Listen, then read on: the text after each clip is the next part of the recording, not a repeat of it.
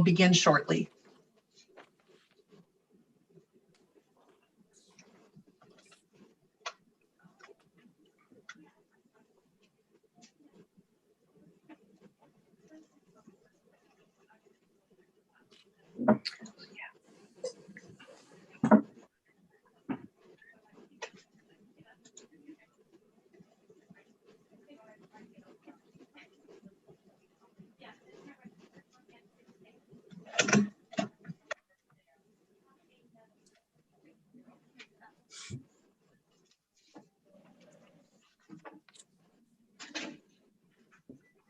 Did we lose Rob?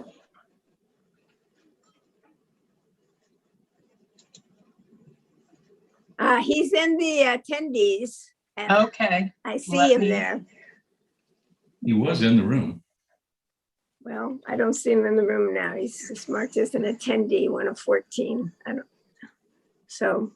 Okay, he's with us. Okay, once we see him, oh, there is Mr. Storr. Okay. Good evening, everybody. It's 5 o'clock. I'd like to go ahead and call this meeting to order. Welcome to the Tuesday, May 4th, 2021 Danville Town Council meeting. At this time, I'd like to go ahead and start with a roll call. Marie. Yes, Councilmember Fong, Here. Councilmember Stepper, Here. Councilmember Storr, Here. Vice Mayor Arnerich, Here. and Mayor Morgan. Here. It is Also noted like that to go to, all I'm council sorry, you know what, members- Marie? I do that every time we do roll. all council members are present. Thank you. All members are present of the council. I'd like to go ahead and move on to item 1.2, which are announcements. Marie, would you mind giving the announcement? Okay, this meeting is being held by teleconference only on Zoom, and a recording of this meeting will be made available on the town website following the meeting. To provide live comments during this meeting, use the raise hand feature in Zoom. And you can raise your hand when the mayor opens up that specific item to public comment. I'm going to lower all the hands now so that when we get to specific items on the agenda, please raise your hand for that specific item only. Your name will be announced and only your audio will be enabled. You're asked to state your name for the record, and I'm going to apologize in advance if I mispronounce names. Go ahead and repeat your name for the record and limit your comments to 3 minutes. Again, wait until the mayor has opened the item to public comment in which you'd like to speak before raising your hand. Thank you. Thank you, Marie. Appreciate that. All right. As some of you know, May is our budget season, and we started budget review today. So in honor of that, I'd like to have our town manager, Joe Calabrigo, lead us this evening in the Pledge of Allegiance. Well, thank you, Mayor Morgan. Please join me in pledge. I pledge allegiance to the flag of the United States of America and to the republic for which it stands, one nation, under God, indivisible, with liberty and justice for all. Thank you so much. I so appreciate that. Are there any changes to the order of the agenda this evening? I'm not aware of any. Okay, I don't see any either. Let's go ahead and move on to item number 4. Item number 4 is for the good of the town. And for the good of the town are items that are not on the agenda that you'd like to speak to the council about this evening. To address the council, please do as Marie said earlier, which is to raise your hand. Marie will call on you and you'll have 3 minutes to address the council. Once again, I'd like to remind everybody for the good of the town are items once again that are not on the agenda. Therefore, the council cannot make decisions or comment on items that are brought up if you plan on speaking for the good of the town. Only items that are on the agenda are items that we can discuss and make decisions on. So Marie, are there any comment, public comment? I don't think we received any written comment before the deadline, correct? Correct. No written comments were received in advance of the meeting. And it looks like we have, 9 or 10 individuals who would like to speak for the good of the town. So I'm going to go ahead and share my screen so that you can see the speaker timer. And the first individual to call on is Rena Chatre. Hello, Rena. Hello. Are you Can you great? hear me? Welcome. Yes, I can hear you. Okay, thank you. Thank you for allowing me this time to speak. I just wanted to kind of reiterate some of the previous meetings and discussions regarding the transparency around the Tyrell Wilson investigation, and to really encourage the transparency of the investigation. And I'm appreciative that the body cam was released. However, it was very disturbing, and personally, I was very appalled by the Danville Chief of Police's comments regarding it. Even after watching it, I felt that the life of Tyrell Wilson was not at all taken into consideration. And I am appalled at the defense of Officer Hall, who thankfully has been charged for a previous crime. And we are awaiting the outcome of, obviously, the investigation for Tyrell Wilson. I want to just reiterate that as a minority and person of color living in the town of Danville, I do not feel safe. I don't feel safe. I don't feel safe for my family. And I really want the community, the staff, to think about how their members are feeling after such an event, and it does not go away. It's something that is still stuck with us, and we will keep bringing up until things are addressed and we feel safe. I did not appreciate in a previous town meeting when and there was a reference. I know that there can't be comments for these discussion points because they're not on the agenda, but I believe there was a reference to All Lives Matter, which I take offense to. I also want to bring up some of the previous handling of other commenters and being cut off. And I really want to ensure that all community members have a safe place and a place to be heard, because that's why I moved my family here more than 8 years ago, and I'm still wondering if that was a good decision. So thank you for your time, and that's the end of this. Thank you. Okay, thank you for your comments. Marie? Yes, the next individual is Emma Sullivan. Welcome, Emma. Are you there? Hi, Emma? yeah, I'm here. Can you hear me? Yes, I can hear you now. Welcome. Okay, thank you. Yeah, hi, my name's Emma. I'm a constituent. I grew up here in Danville, and I'm also calling about the murder of Tyrell Wilson and Officer Andrew Hall's, the whole situation with Officer Andrew Hall. I'm also very concerned, like the last caller was, about kind of this false transparency that we're seeing, and just really negligence surrounding the handling of Officer Hall. And so I just wanted to say, as a white person, I've always felt safe here in Danville, which is not, obviously, as the last person who spoke said, not the case for people of color in our town. And that's something that we all need to address with strong sense of urgency, especially our elected leaders, and to actively dismantle racism within our county. So I'd like to advocate for a release of the body cam footage. And we can, well, yes, we can already truly see how brutally Tyrell was murdered. And this transparency ensures that we won't be dominated by one-sided narratives. And I'm also curious how quickly and after what measures Officer Hall returned back to duty in 2018 after the murder of Latimer Arboleda. And then I'm also curious about the chiefs and also the town's role in the hiring and firing process of officers, what the town's role was in 2018, and now kind of what is the status with Officer Hall?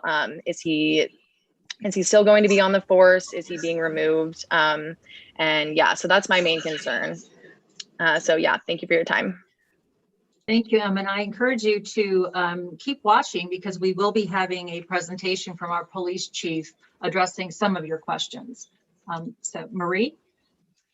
Yes, the next individual is Ron Ridley. Good evening, Ron. Are you there? Ron? Okay, we can't hear you. If you are speaking, we cannot hear you. Needs to unmute. Are Sorry you about still that. muted? All There right. you are. Hi, Yeah. Ron. Welcome. Sorry about that. Thank you. No Mayor worries. Morgan and council members, I'm Ron Ridley, and my family and I have lived in Danville for almost 35 years. I am speaking to you once again, regrettably, regarding another killing by a police officer in Danville. I am referring to Tyrell Wilson. 2.5 years ago, I spoke at the town council meeting expressing my concern and outrage of the killing of Vladimir Arboleda by Officer Andrew Hall, a Contra Costa Sheriff's deputy assigned to the Danville Police Department under contracted agreement between the town and the Contra Costa County Sheriff's Department. At the time, there was a hesitancy by council members and staff to discuss any details of the incident due to the quiet period that ensued as the investigation proceeded.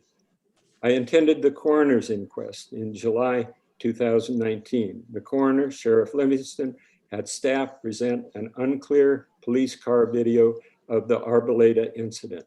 The jury found Officer Hall not guilty. Subsequent to the inquest, an additional police video was released, clearly showing Officer Hall aggressively moving towards Mr. Arboleda's vehicle, standing to the side and shooting 10 times, 9 shots hitting Mr. Arboleda and causing his death. Now we have another killing by Officer Hall, Tyrell Wilson, on the streets of Danville. These are not the only killings by a police officer. To my knowledge, Mr. Wilson is the 4th victim in the questionable use of force that has led to deaths of suspects by the contracted sheriff's department that I can recall. One incident occurred with an unarmed young man during the daytime at the Chevron station on Danville Boulevard. His mother was later quoted in the local paper as saying he suffered from mental illness but was not a threat. So here we go again. At the November 20th, 2018 meeting, I asked the town council what role and oversight does the town of Danville have in the investigation. There was no oversight committee of independent persons responsible for reviewing conduct by town contracted services personnel, even though financial liability as well as moral responsibility lies squarely on the shoulders of Danville. The council will hear from Police Chief Shields later, who will outline the selection and training of sworn staff assigned to the Danville Police Department. Officer Hall was required to complete all necessary training and certification in crisis intervention, de-escalation training, principal policing, including implicit bias, racial diversity training, and victim and crisis intervention. So my question is, what went wrong with Officer Hall? Was there a discrepancy between training and practice with Hall only, or is this pervasive within the department? The town of Danville may be able to determine this through their own efforts without relying solely on the investigations of county agencies. Finally, I recommend positive actions by the town council and its representatives. 1, a clear and unequivocal statement by each town council member that Black Lives Matter. 2, the thorough review and recommendations by the town manager of a contract between the town of Danville and the Contra Costa Sheriff's Department, specifically town oversight and review of the actions and incidents as they relate to any incidents that occur within the town of Danville's jurisdiction. 3, public support and lobbying by the council legislative committee of legislative proposals and bills that would enhance regulation of law enforcement agencies and their personnel. 4, establishment of a standing commission of concerned citizens to review all incidents and complaints related to the police enforcement with access to all documents, interviews, and evidence related to the complaints and incidents with direct and confidential reporting to the town council.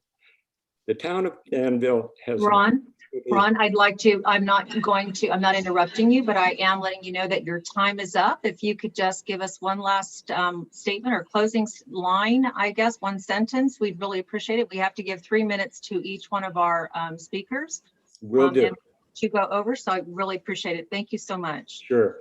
The town of Danville has an opportunity to address the tragic killing of Vladimir Arboleda 2.5 years ago and the recent killing of Tyrell Wilson, and clearly demonstrate to our residents and to those who are contracted to protect us what is of value and morally right. It was not done then. Will it be done now after yet another life has been taken? Thank you. Thank you, Ron, for your comments. I appreciate it. Marie? Yes, the next individual is Gus Gauntlet. How's my sound? Well, Gus, you came right in there. We can hear you right away. So welcome. I was ready for my cue. Thank you so much. You were. Definitely want to echo what everyone has been saying. My name is Gus Gauntlet, and I'm a resident here and spend a lot of my time in Danville. And along with what everyone has said, what is really hitting me is a couple things. Number one, I do want to say I did read the statement from the Danville Town Council about the decision to press charges against Andrew Hall. And I saw that you say that you did respect that decision. And so I do want to appreciate that statement out in public. And as a continued invitation, I do want to say that right now, the town of Danville, and I think for many years, is being known as a place where many people of color, I don't want to speak on behalf of all people of color, and I also want to identify that I am a white man.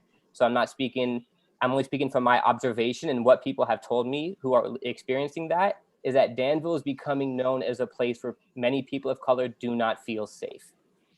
And for you as a city council, my trust, I'm assuming all of your good hearts and best intentions that you want this town to be known as a place where everyone can truly live peacefully and happily. And that's not happening right now. And it hurts my heart. And I think that it probably hurts your heart too, if you really love your town, which I assume you do because y'all put a lot of time into being on the council. So I'm saying this to say that because we've seen another murder of a person of color with mental health issues, clearly something is not working. And I know that later on today, Chief Shields will be talking about the officer selection and training process, which is a beautiful thing. And I know that there may be some great steps, which I'm interested in hearing about. And in the same way, if we were teaching at a school, saying that we were teaching students one thing, but they were showing us something opposite, clearly something is wrong with our teaching. So what I am also requesting is that there is much more and a very specific move of community involvement in this education process, because clearly what is happening so far is not working and people are dying. And Danville is being known as a place where people of color, specifically Black people, and especially people with mental health, are not safe. And I know that every single person on this council does not want that for this city, just like all of our community members. So I'm really, really excited for us to work together and really make this change so we don't have to have another life lost unnecessarily. Thank you so much for your time. I hope you have a great night. Thank you, Gus. You as well. Marie? Yes, the next individual is Natasha Verma. Natasha, are you available to speak? Yes, hi, good evening, everyone. Can you hear me? Yes, I can. Welcome. Thank you so much.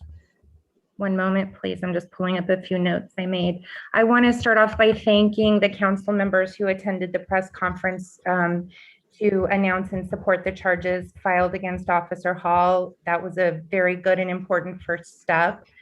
So thank you to all of you who participated in that. I'm sure it wasn't easy, and it was very important that that happened, so thank you. I also want to highlight the obvious and more discreet potential risks many of us take in taking a public stand against law enforcement, and even in making comments here today. Some of us in the past council member meetings have lost wages in order to take off from work. We miss time spent with our families. And some of us are hesitant to call the cops when we need help. So I want to thank all of the participants who have taken a stand in this case and in the past case with Latimer Arboleda. I've thoroughly reviewed the presentation that I believe Chief Shields will be presenting today. That was made available to us. And I've also reviewed the report related to the death of Latimer Arboleda. My concern with this presentation that I believe will be presented today by Chief Shields is that it in no way addresses any of the loopholes that cleared Officer Hall of wrongdoing. We've been asking for transparency, and this presentation offers absolutely zero insight into how Officer Hall was cleared of wrongdoing, who made these decisions, and why. The report says nothing about what happened to Officer Hall.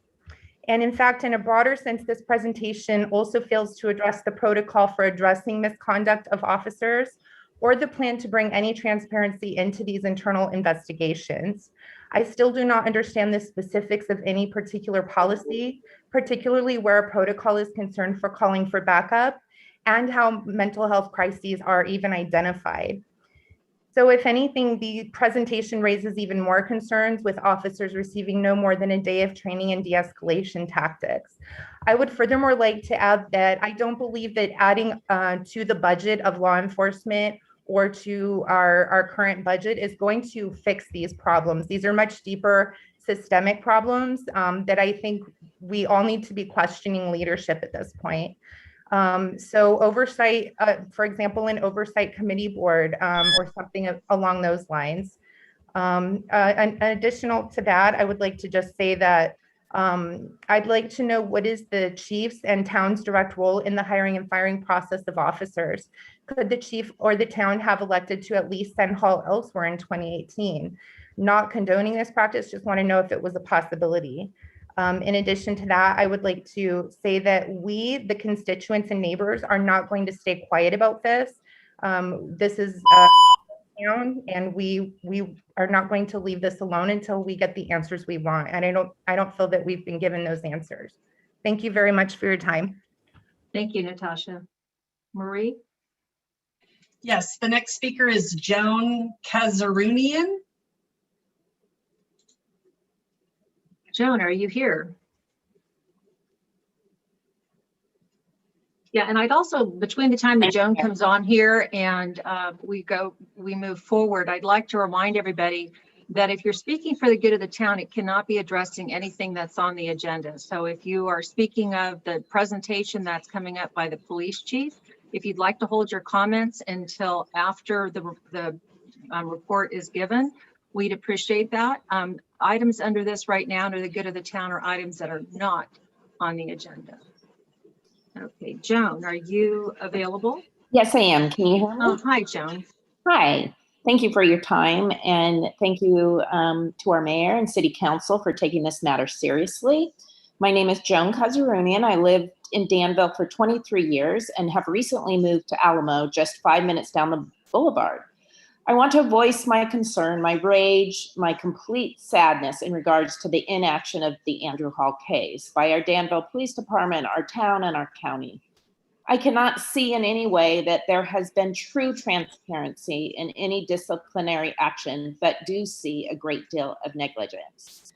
I just have 4 quick questions, and I would love to know that they would be answered. How quickly and after what measures was Hall returned back to duty in 2018? This is not clear in the 300-page report included in the public record request. Number 2, is Hall still working now that the DA has pressed charges? If so, where? He has been and still is a ticking time bomb. We all know that. I am quite sure these tendencies were always there with Hall, but no one took further action. No one. There are things that are triggers, literally, for Hall. He escalates, shoots, and kills. It's not too soon to deal with this matter, as frankly, it is too late. It's urgent. 2 men from 2 beautiful families have been shot and killed, both by the same officer in our town. Number 3, while the DA took 2.5 years to press charges, the town had the same time to take meaningful action against Hall and to ensure the safety of all community members. Please tell us why this did not happen. I am sure the police knew Tyrell very well and knew he suffered from mental illness as he lived peacefully at Park and Ride, where I thought he was safe. And my last question, and maybe the most important one, how is our Danville Police Department and our town of Danville learning and unlearning in regards to implicit bias and racial injustice, being anti-racist, learning about white supremacy, What living hell that a Black person, when pulled over, does not simply fear a ticket or even being arrested, but fears for his life. I don't have to teach my white son not to run if he is afraid, or not to hold anything in his hands. And by all means, I don't have to tell him to keep his hands up and visible. My son, yes, is afraid of getting a ticket, but not of being shot to death when pulled over or approached by a peace officer. Both of these men of color, would Tyrell have been shot if he was white? Would Tyrell have been shot if he was white? I ask you. I do not want to live in a racist town. At our second Justice for Tyrell event, a wonderful community building event, you should have come, I heard 3 comments that broke my heart. First was from an employee who works at the Athenian School. He says he doesn't feel comfortable in our town as a Black man and breathes a big sigh of relief when he goes back through the tunnel every day. Joan, this is, I just want to let you know that your time is up. Just as I've said to the other gentleman, the time was up. If you could go ahead and wrap up what you're saying, we would appreciate it as well. Absolutely. Thank you. The second was from a young woman of color who feels uncomfortable walking through the streets of Danville. And the third was a woman that said she would definitely avoid Danville police. All of us need to be better. I want to live in a town that's committed to do better. I want to have a police force that does better. And it's urgent. And again, I want to live in a town that is a lot better than this. Thank you so much for your time. I greatly appreciate it. Thank you, Joan. Marie? Yes, the next speaker is Veronica Benjamin. Good evening, Veronica. Are you there? Yes, good evening, Madam Mayor and honorable council members. I'm happy to be seeing you again today. And I'd just like to preface everything that I appreciate you do a lot of work, and I appreciate that you've also you have released statements in support of transparency. I know that you've been working with the DA and the sheriff to get justice for Tyrell. Again, I would personally appreciate if you came up more forcefully about the racial element in all of this. That I do believe that these 2 men are dead because of the color of their skin and that they were not treated fully as humans by a particular police officer. The longer I interact with you all, I do think it's very much an issue of this officer, but I think of what still disturbs me is the fact that race is almost like a word that cannot be brought up in these spaces. And actually regarding that, in the meeting earlier, if maybe the town manager could address, I came into the budget meeting this morning and you were addressing a sort of phrasing that might be added to the town's mission statement, and whether we should say we respect the cultural diversity or whether we celebrate it. And so if maybe the town manager could address later what statement that was, and if maybe community members could contribute regarding what they wish the town mission statement included. I'd like to also talk about transparency, because it's a word that it's easy to support, but as Tosh and others have mentioned, what does transparency really mean? I submitted a public records request regarding the 2018 shooting, and I got a 300-page report back.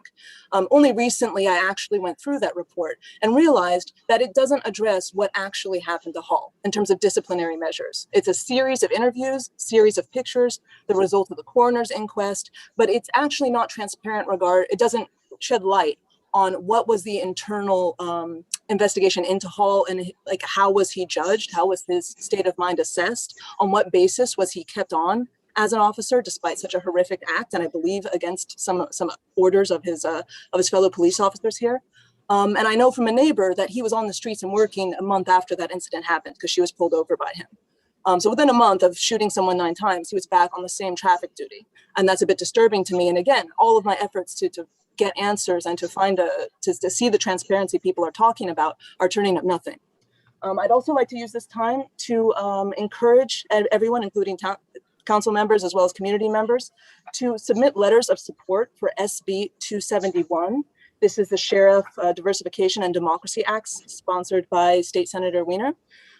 You have until, I guess, tomorrow, 5/5, to submit letters of support to the committee, and you can do that through the state letter submission portal. Again, that's SB 271. It regards who can run for sheriff. It would remove a requirement that someone have to have post-certification to be sheriff. So it would let anyone run for sheriff. And I think that would take care of many issues we're having with our current sheriff. Finally, I'd just like to humanize what happened to Tyrell, because we were very thankful that the body cam was released earlier and we were able to see what really happened to him, and not just see, but hear. I was deeply disturbed by his final words. And if you would just give me a little bit more time to just share those words now. As is well known, his final words were, will kill me. And sorry, I just was looking for he said, no, who are you? What country is this? No, I'm not playing this game either. Who are you? Authority from where? Authority from what? Don't effing touch me. Touch me and you'll see what up. No, kill me.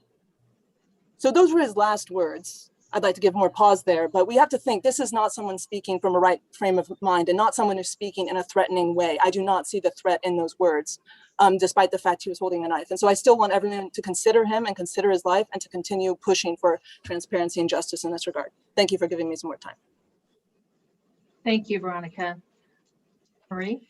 Yes, the next speaker is Human Hodgett. Welcome, Human. Good evening. Can you hear me?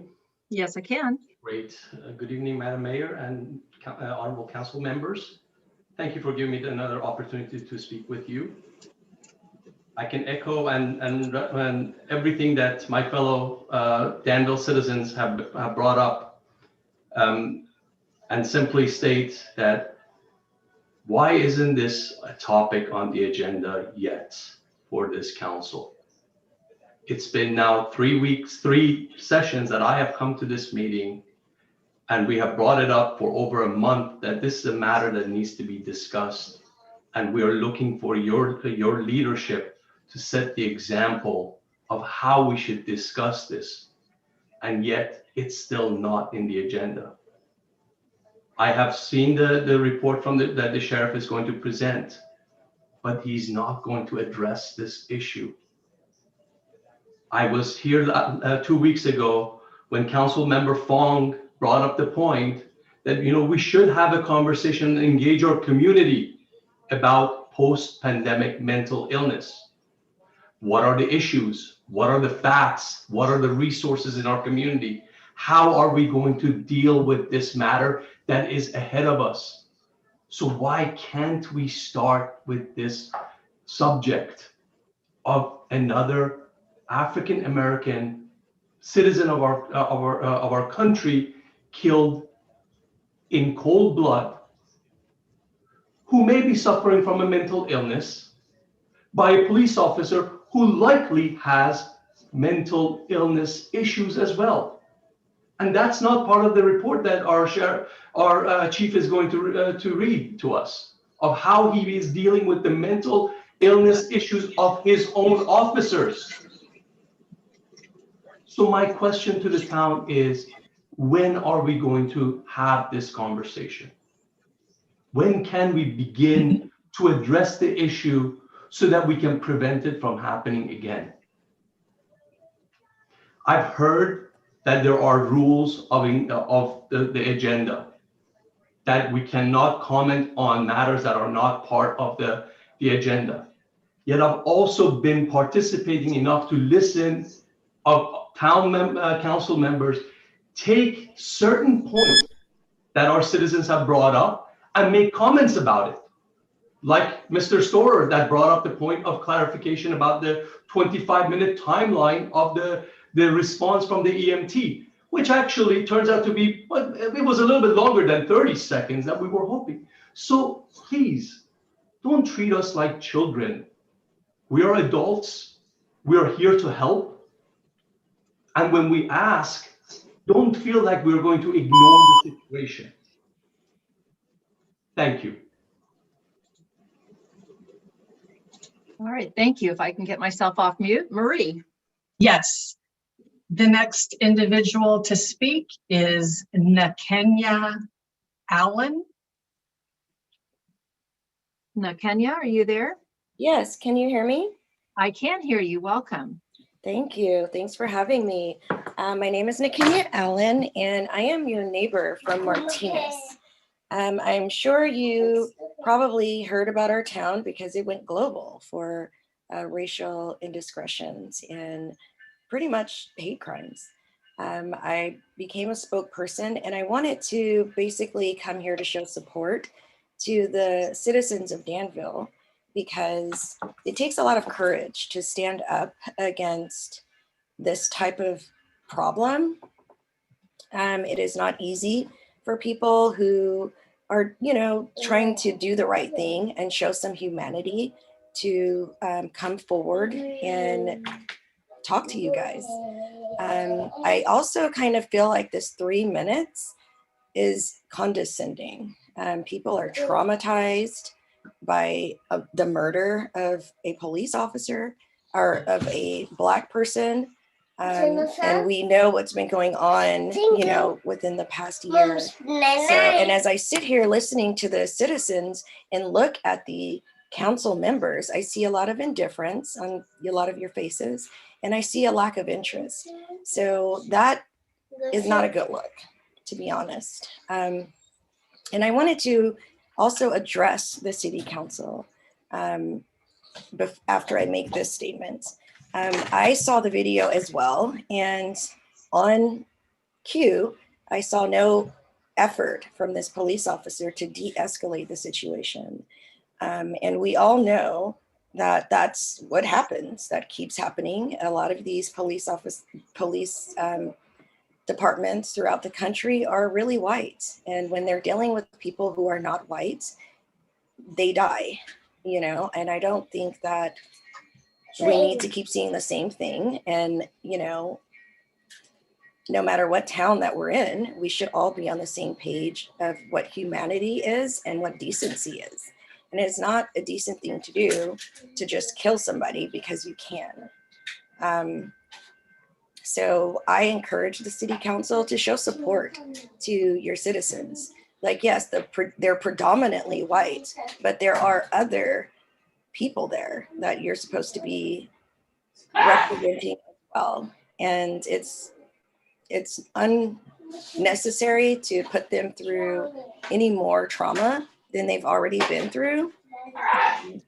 And with the lack of support that they may be feeling, that could also be a reason why this cop was allowed to shoot somebody else. It's never just on the streets when there's a problem. It's in the leadership, it's in the decision making, it's in the policies. Nobody's representing the whole. They're only representing a portion of the citizens, and it shows.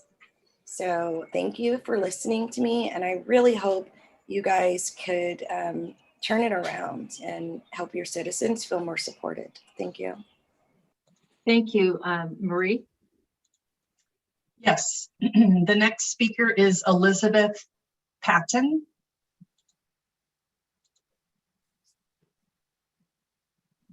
Hello. Of course, I just took a drink of water.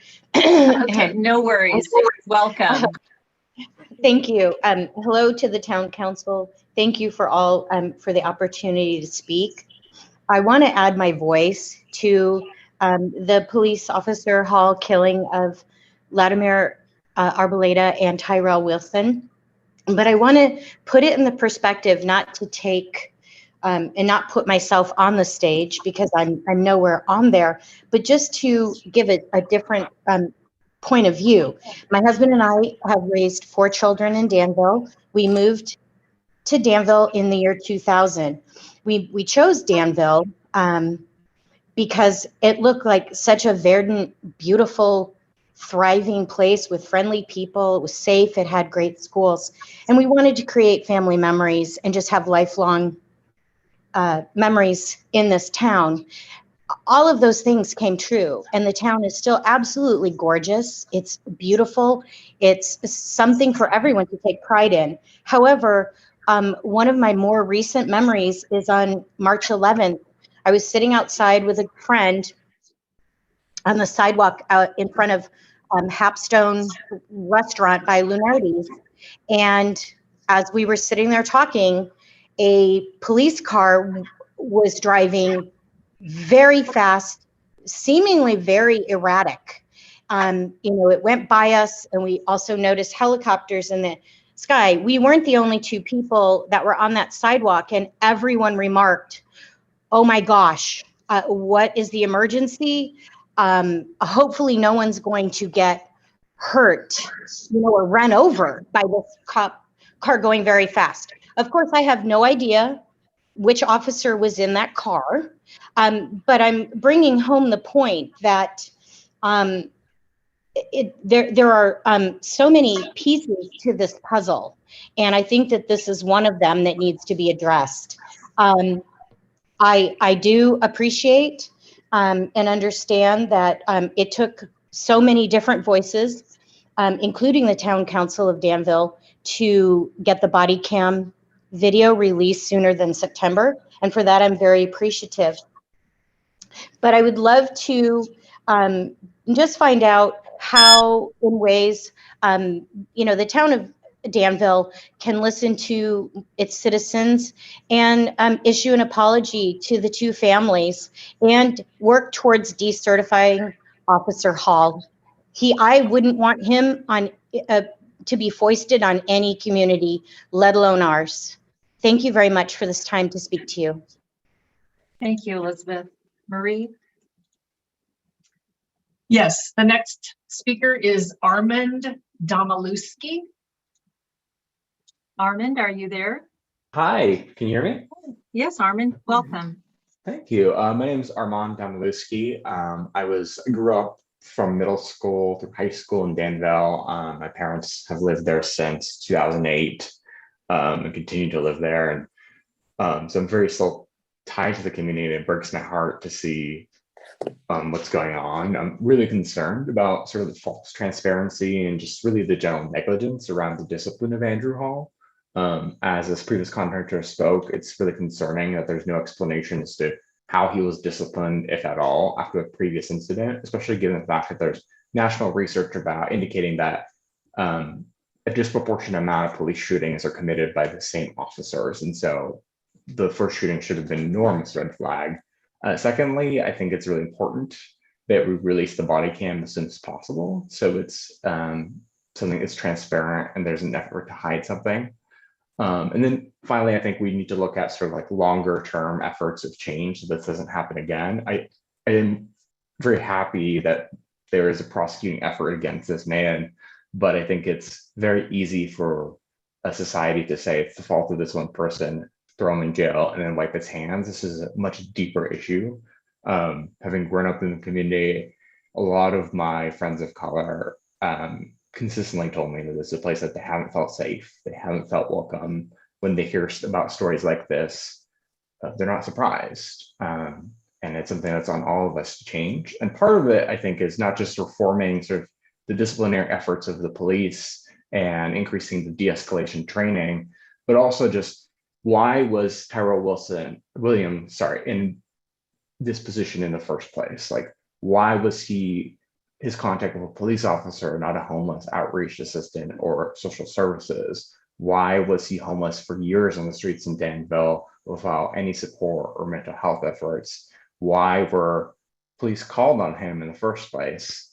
This is years of failure led to this moment upon not just the police force, but upon all the social institutions in our town. I think we need to use this opportunity to take a serious look at ourselves, our history, the way we've approached racial justice and economic justice, to make sure that not only does this never happen again, but that other Tyrell Wilsons in the future receive a helping hand and not a bullet from our police force. Thank you. Thank you, Armand. Appreciate your comments. Marie? Yes, the next speaker is Catherine Lewis. Catherine? Yes, can you hear me? Yes, Catherine, I can hear you. Welcome. Great, thank you. I had 8 points on my list, and I think they've all been mentioned by prior speakers, so I won't go through all 8, but I just wanted you to hear one more voice. So, local woman, lived here 36 years, raised my children here, love this community, and want to see the right thing done. Thank you. Thank you, Catherine. Thank you. Appreciate your comment. Marie? Yes. The next speaker is Lori Wolf. Lori, are you there? Hi, I'm here. Thank you. So my name is Lori Wolf, and I've lived in Danville since 1997. We've raised our 2 kids here, and I appreciate this time to speak at the meetings. This is the 3rd one I've come to regarding this issue of Andrew Hall and the 2 killings. So I am still feeling very sad and disturbed and embarrassed to live here lately, as I've met several individuals or talked to individuals that don't feel safe living here or visiting Danville. So I think that we all don't want to have a reputation like that. I would like to see the town council take leadership in the effort to get justice for Tyrell and Latimer. And I do appreciate that some steps have been taken. I do note that it's been pointed out that you can't reply to us because it's not on the agenda, but I don't know why it hasn't been put on the agenda. One thing that I would like to see is if we could consider having some memorials for both Latimer and Tyrell that are more permanent. Some of us have tried to put up signs and flowers, but obviously those don't last. And we also don't want to litter, you know, if the paper sign goes away. I think that's important because while there are so many individuals like the people that are coming to this meeting that really do care about these 2 individuals, that I think there are many in this community that either don't have any idea what happened or have kind of believed the misleading one-sided statements that come out up front. You know, the photo that was distributed of Tyrell Wilson with the knife weeks before we saw the body cam footage, and the statements that really seem to blame these victims for their own murders. So I think if we had some memorials and leadership from the town council, we could educate the community, and also it would be a reminder to those of us who live here and our leadership and police to not let incidents like this happen again. And I would like to also echo the point that some others have brought up about Officer Hall. We don't know what's up with him right now. And we don't know we're very glad to see that he was charged for the first killing of Latimer Arboleda, but we don't know where he is, what he's working. If he's working, we'd like some more transparency on that. I see my time is coming up. So thank you for the opportunity. Thank you, Lori. Marie? Yes, then looks like we have 3 more speakers. The next one is Stephanie Tadeo. Stephanie, are you there? Yes, I am. Can you hear me? I can hear you. Okay, Welcome. Thank you. This is my 2nd time speaking at a town council meeting. And I do want to thank you for the opportunity to be able to speak. I think it's so important and to be heard. Mine is kind of a statement that I've written out. I want to say that the time is now for the town council to examine the role it plays with overseeing policing in this community. It's reported in the summary of expenditures fiscal year 2021-2022 that 31.4% of total town expenditures, approximately $34.4 million, is spent on police services. Yet as a resident, it's unclear to me where the authority head exists. Danville's police services are contracted out to Contra Costa County Sheriff, and so it appears the authority lies with the Sheriff's Department. It wasn't until the town council put pressure on Sheriff Livingston did he release Officer Hall's body cam video 5 months earlier than initially promised.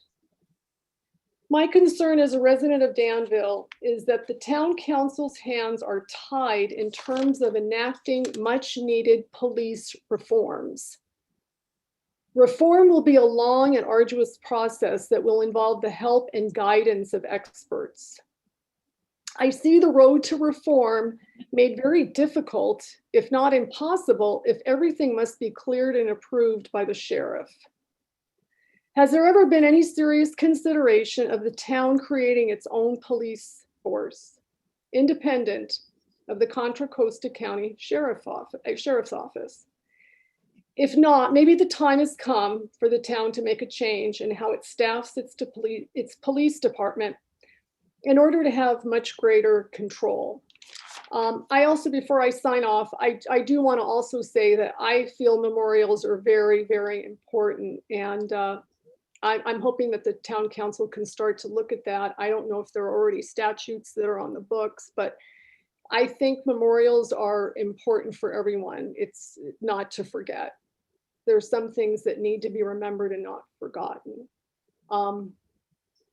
Thank you. Thank you for the time. Thank you, Stephanie. Thank you for your comments. Marie? Yes, the next speaker is Irina Isabel. Irina, are you there? Hi, thank you so much. I'm here to address the issue of racism and indifference within the Danville Police Department. As a brown immigrant who grew up in Danville, I can blatantly see the role that racism plays within the discretion of your officers and other civic institutions.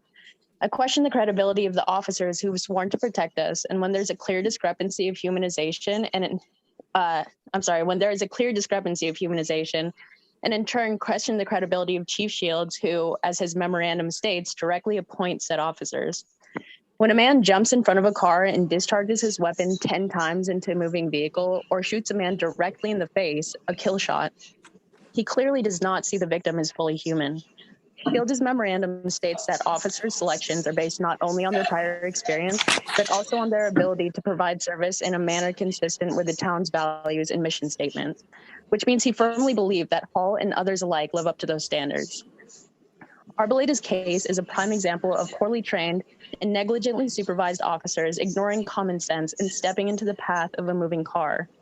Several experts on police use force told the San Francisco Chronicle that Hall did not need to step into the gap or open fire, and in fact could have opted to simply let Arboleda go because he wasn't suspected of a serious crime and could have been approached later. Penal Code 835A states that individuals with physical, mental health, developmental, or intellectual disabilities are significantly more likely to experience greater levels of physical force during police interactions, as their disability may affect their ability to understand or comply with commands from peace officers, as well as an imminent harm is not merely a fear of future harm, no matter how great the fear and no matter how great the likelihood of the harm, but is one that, from appearances, must be instantly confronted and addressed.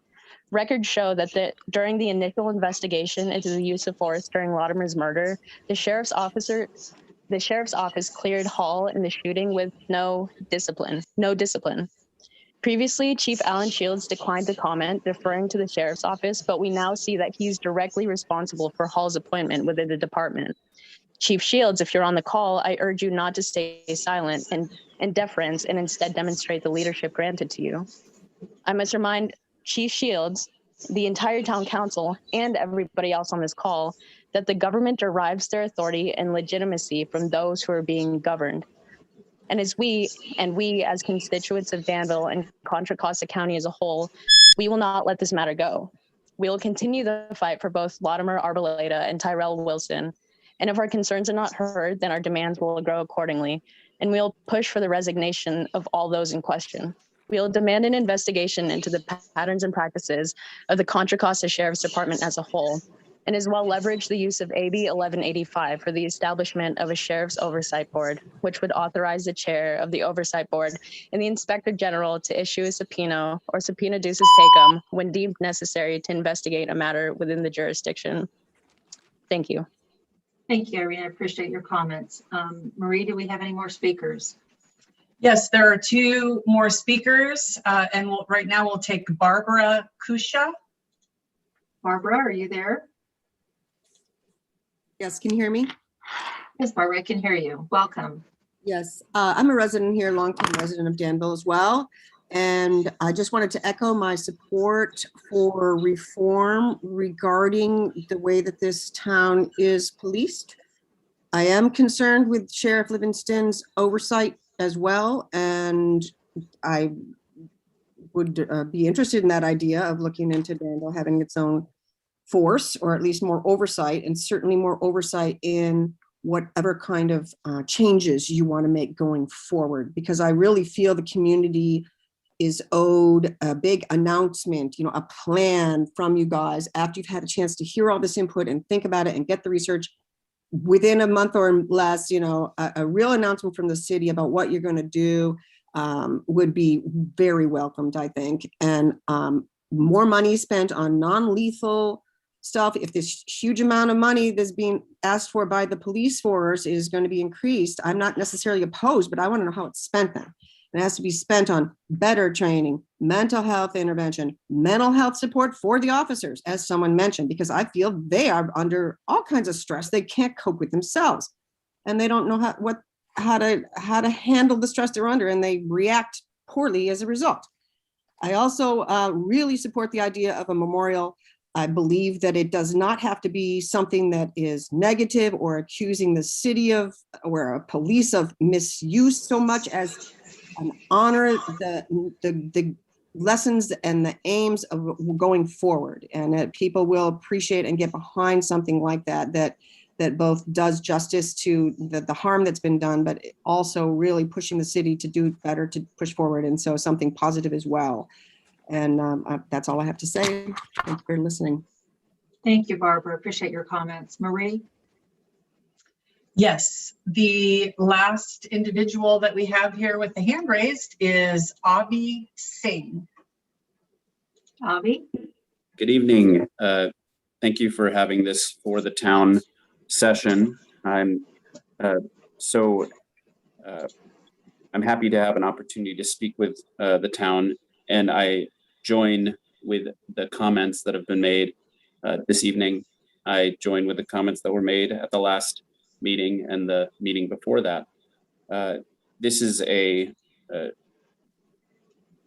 place that we, this truth telling about how we can do better comes from a place of wanting our community to be inclusive, supportive, and safe for everyone. The type of Danville that brings people in, we hope that exists, and we want to make that exist for anybody who comes here without fear of unlawful violence, whether it's committed by police.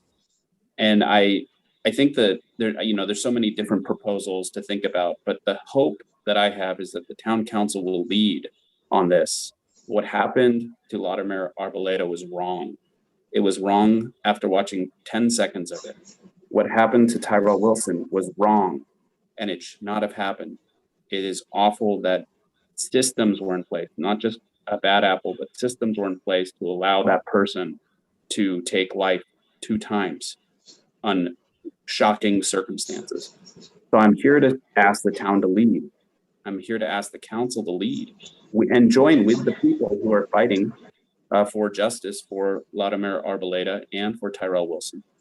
And what leadership looks like is, it might depend on some of the circumstances of what you can do, a different sort of policing in the town, calling for sheriff's oversight through racial inclusion, calling for oversight through 1185, the assembly bill that allows the county and the voters to enact oversight. And it also comes with acknowledging what happened. And that could be through a memorial or some sort of mark. Because somebody, there's a saying about truth and reconciliation and healing. And it doesn't just start at healing, right? And it doesn't just start at listening, right? There's a big part of it that involves saying what's true.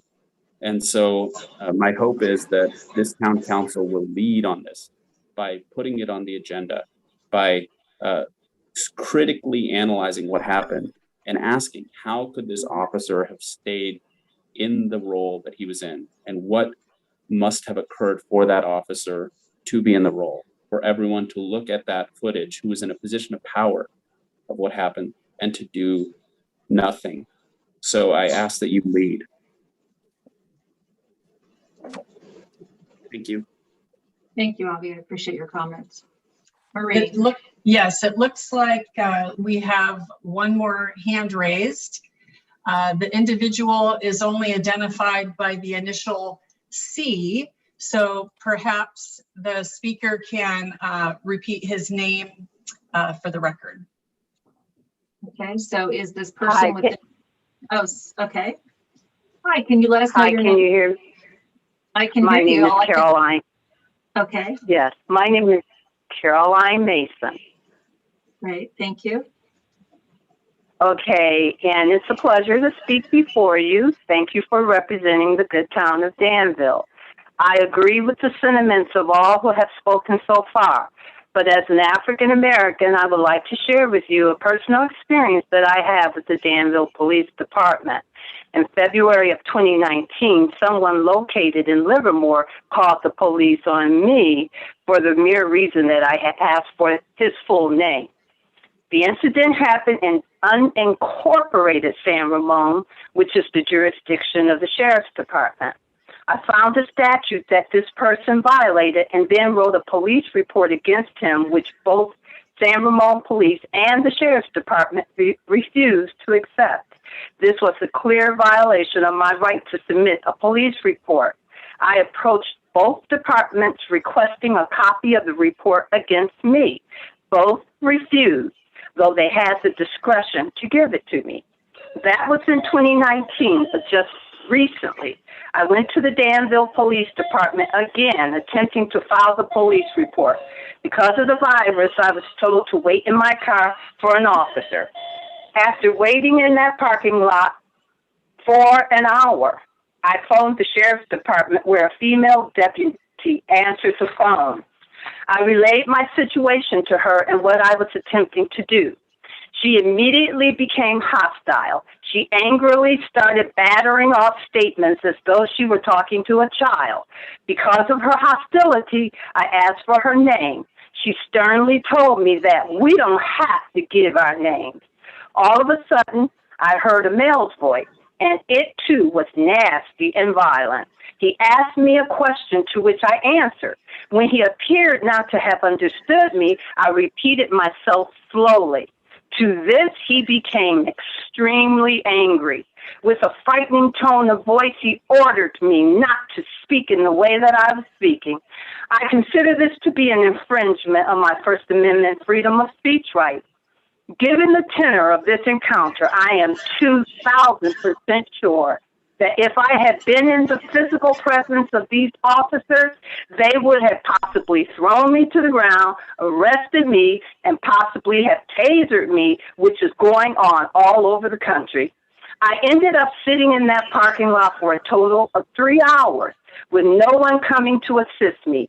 That is when I realized that these officers were merely mocking me, their idea of a punishment. Eventually, I left.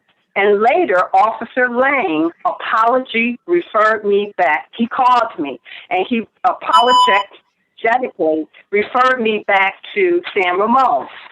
What is not good for the town of Danville is to have a chief who stands with blue no matter what, and that position taken before a full investigation can occur.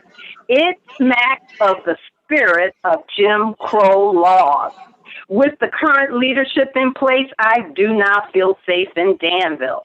Danville should not be deemed to be safe until all who reside here are in fact safe. I realize that Chief Shields is raising his children here, but at this pivotal moment in American history, we should seek an objective analysis of law enforcement rather than a warm and cozy subjective analysis. I call for the change of police leadership in Danville where all can feel safe, even persons like me. Thank you. Be safe and be kind. Thank you, Caroline. I appreciate your comments. Marie? Okay, that will conclude the public speaking portion of For the Good of the Town. Okay, we're going to go back to a full screen, I'm assuming. There we are. I'd like to take a moment just to kind of comment on some of the things that were said and just let you all know that we do hear you, and we are here, and we do hear you, and we are doing things, and we will report on them once we're able to do action. As with anything, it's important to report on what we're actually being able to accomplish and do. I also wanted to defer back to our town manager and let him kind of echo in on what the town is doing and how we're handling that end of it, because that was brought up quite a few times. All right, well, thank you, Mayor. I will respond to a few of the things that I heard this evening, but admittedly, you heard from a number of speakers. They covered a lot of ground, and I think I was, as you are, focused as much as I could be on trying to actively listen to what was being said. So I'm not going to try to attempt to respond to each and every speaker.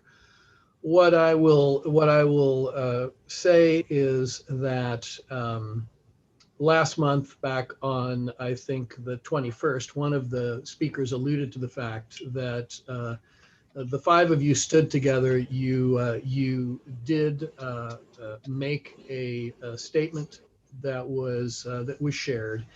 And in that statement, you did express your regret with respect to the incidents that resulted in the losses of both Mr. Arboledo and Mr. Wilson. You addressed the investigative process that is ongoing in the district attorney's office with respect to both of these incidents. We have advocated to have the body camera footage and information released because we think that it's important that the public have access to that. And we will continue to advocate for transparency as these investigations move forward in every way that we could. Now, I'm going to preface that by saying that the town also finds itself in a situation where there is a criminal complaint involving the first incident, and there are two civil lawsuits that are now in the works with respect to both of these incidents. And so from that standpoint, and the standpoint that we are a party to both of those lawsuits, you can expect that we will continue to be careful about what we say and how we say it. But with respect to both of these incidents, there is a protocol in Contra Costa County that's followed that follows up on officer-involved shootings. It's a countywide protocol. It's been put together by law enforcement and the district attorney's offices. Those protocols have been followed in both of these instances. In the case of the first incident, the officer was cleared to return to duty by the sheriff's office. The district attorney's office has now charged the officer with a felony. But unfortunately, that process took some 2.5 years for that to be completed. And I think we certainly would support those types of investigations being brought to completion sooner because, quite candidly, there needs to be a basis upon which to remove any officer from their duty, from their position. And so we are to a large extent dependent upon those processes to run their course as they are intended to. With respect to personnel files of police officers, the state law governs that. The town doesn't have any more access to that information than the public does. The officer that we're talking about, Officer Hall, has not at this point, will not be returned to duty because he's been charged with a criminal manslaughter in the case of the Arboledo shooting. And in terms of questions that were asked about why the town may not have taken any other additional steps after the initial incident, I believe that the answer to that quite simply was there really was there really was no basis upon which the town would have taken such a position, because the officer was cleared to return to work. We have, in receiving the feedback that we've received at the last couple of council meetings, attempted to provide information, responses to questions, post that information on our website. We will continue to listen to what speakers are telling us, and to the extent that we are able, we will continue in our attempts to respond to those questions, and do it in a way that's as timely and as transparent as we can. So that would conclude any comments that I would have as a follow-up, Madam Mayor. Okay, I appreciate that. Thank you. Are there any other comments? I'd like to go ahead and move on, if not to item number 5, which is our presentations.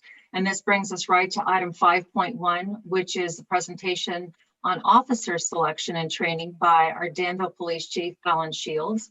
And I'm going to defer this first to Mr. Calabrigo to do an introduction and bring our chief in.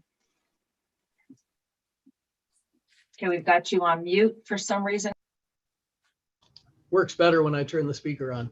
Thank you, Madam Mayor, members of the council.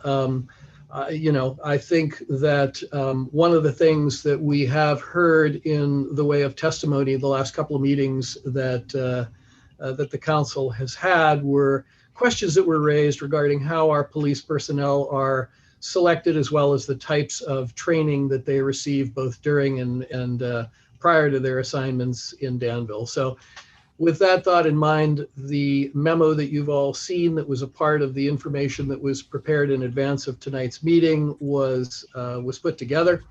While this information I don't think is entirely new to the town council, I have asked the chief to present the information to you this evening in the interest of attempting to be responsive to some of the questions that we have received from speakers at the last couple of council meetings. So with that introduction, I will turn it over to Chief Shields. Welcome, Chief Shields. Thank you, Town Manager. Madam Mayor, Vice Mayor, council members, thank you for the opportunity to present some information to all of you. I'm grateful for that opportunity. And to the speakers that spoke on behalf of the good of the town, it's very important that you all know that each week as we have these council meetings that I am here, I am hearing what you're saying, and I appreciate you coming before the council and voicing your opinion.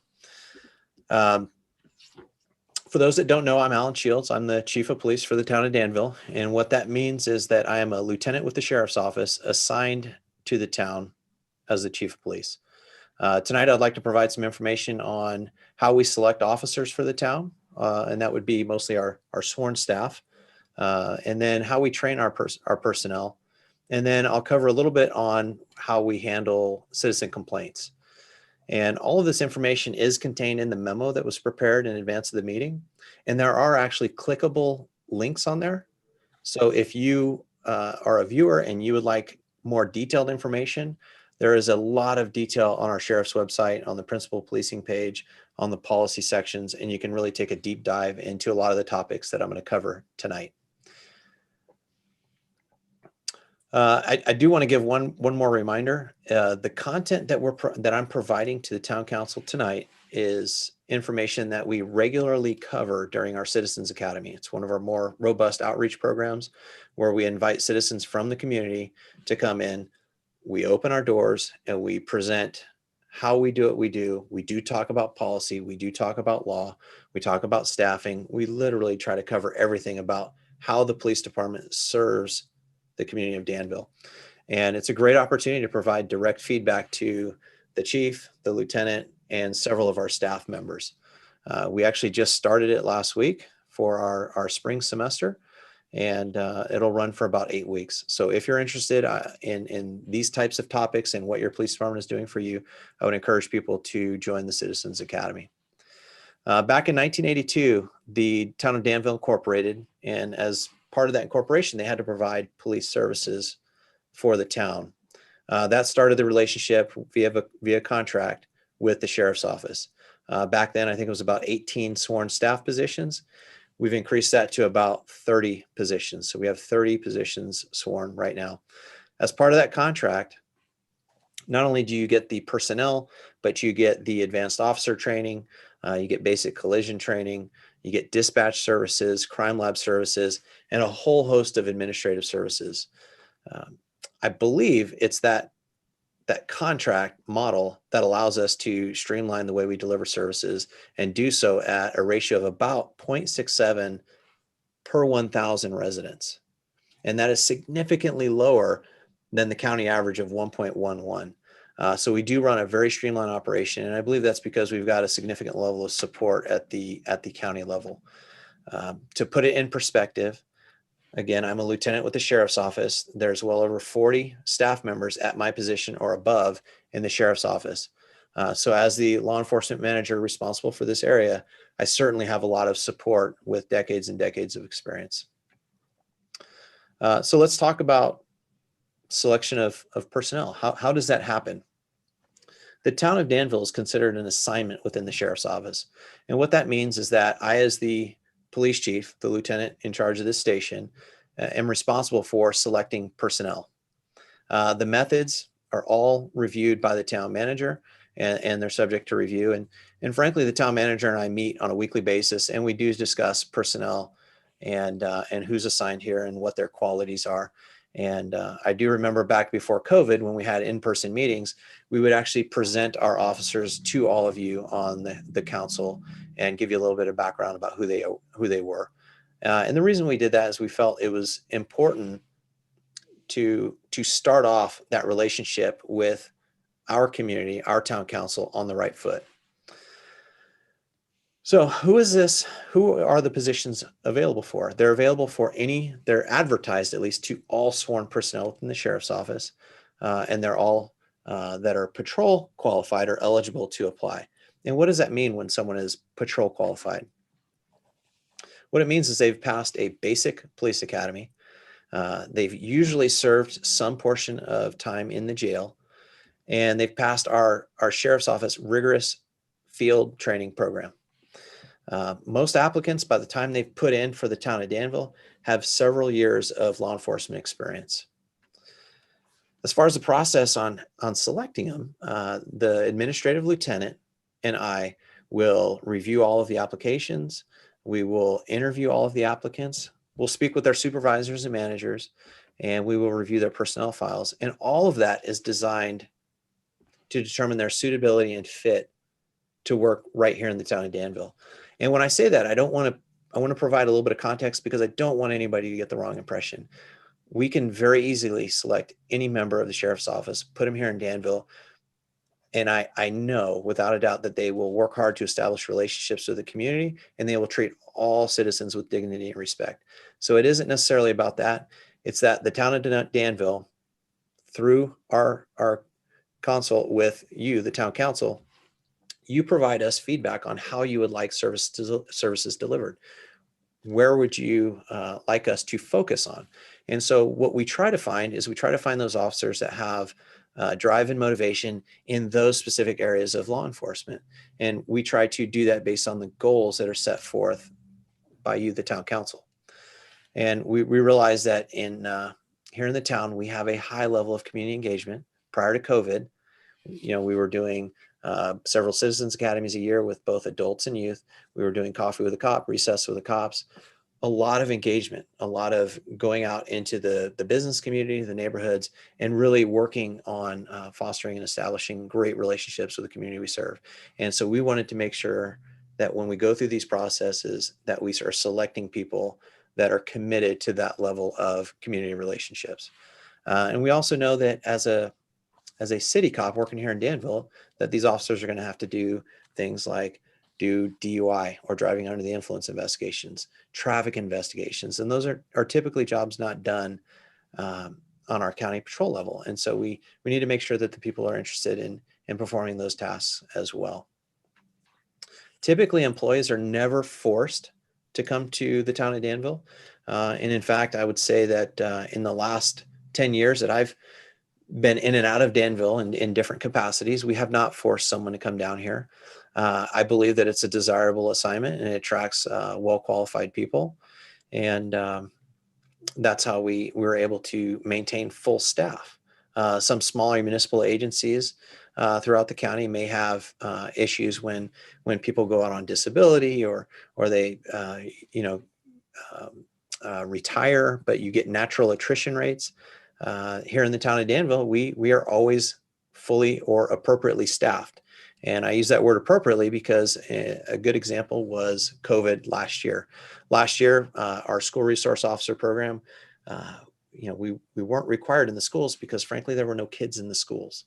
And we were able to quickly adjust our staffing levels without impacting people's lives and do it at a very high cost savings month over month to the town. So I'd like to switch gears a little bit and talk about how we train our sworn officers. And what I'm going to do is I'm going to, if I talked about this one topic alone, I could go on literally for hours and hours because there is a lot of content to it. But I really want to leave it to what I think are the relevant topics based on what I've been hearing from these council meetings. And that is centered on what you would see on the sheriff's principled policing page.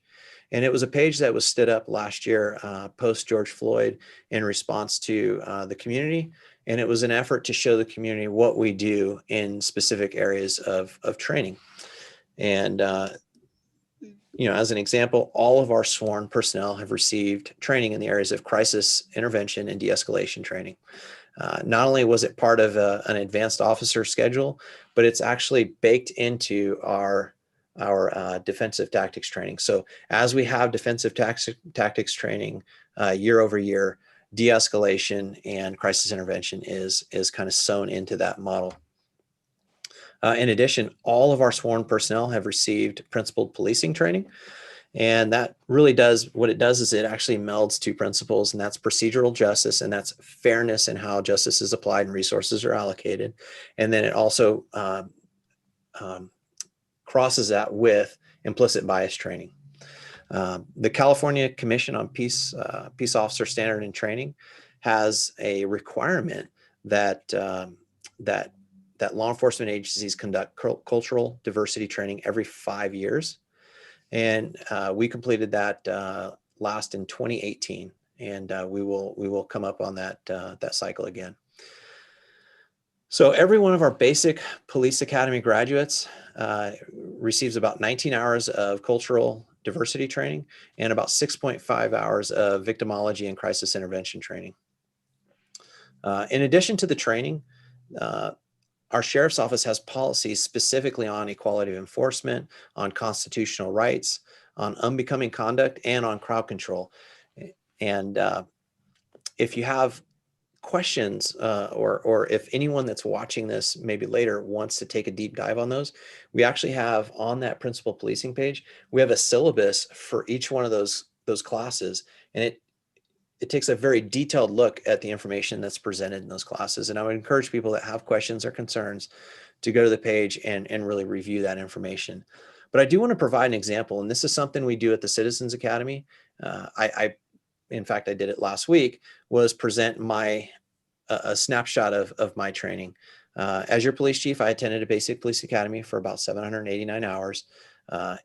During the 21 years I've been in law enforcement, I've attended about nearly 1,500 hours of advanced training throughout the years. When I went to patrol, I went to a field training program, which was about 16 weeks long. And then I went through about 10 weeks of jail training and jail operations training. As a team leader for our crisis negotiations team, our hostage negotiations team, and as the assistant commander for our SWAT team, I would regularly attend 10 hours of training monthly for a period of 8 years, totaling somewhere in the neighborhood of about 950 to 960 hours of training. And that training is specific to crisis intervention and de-escalation.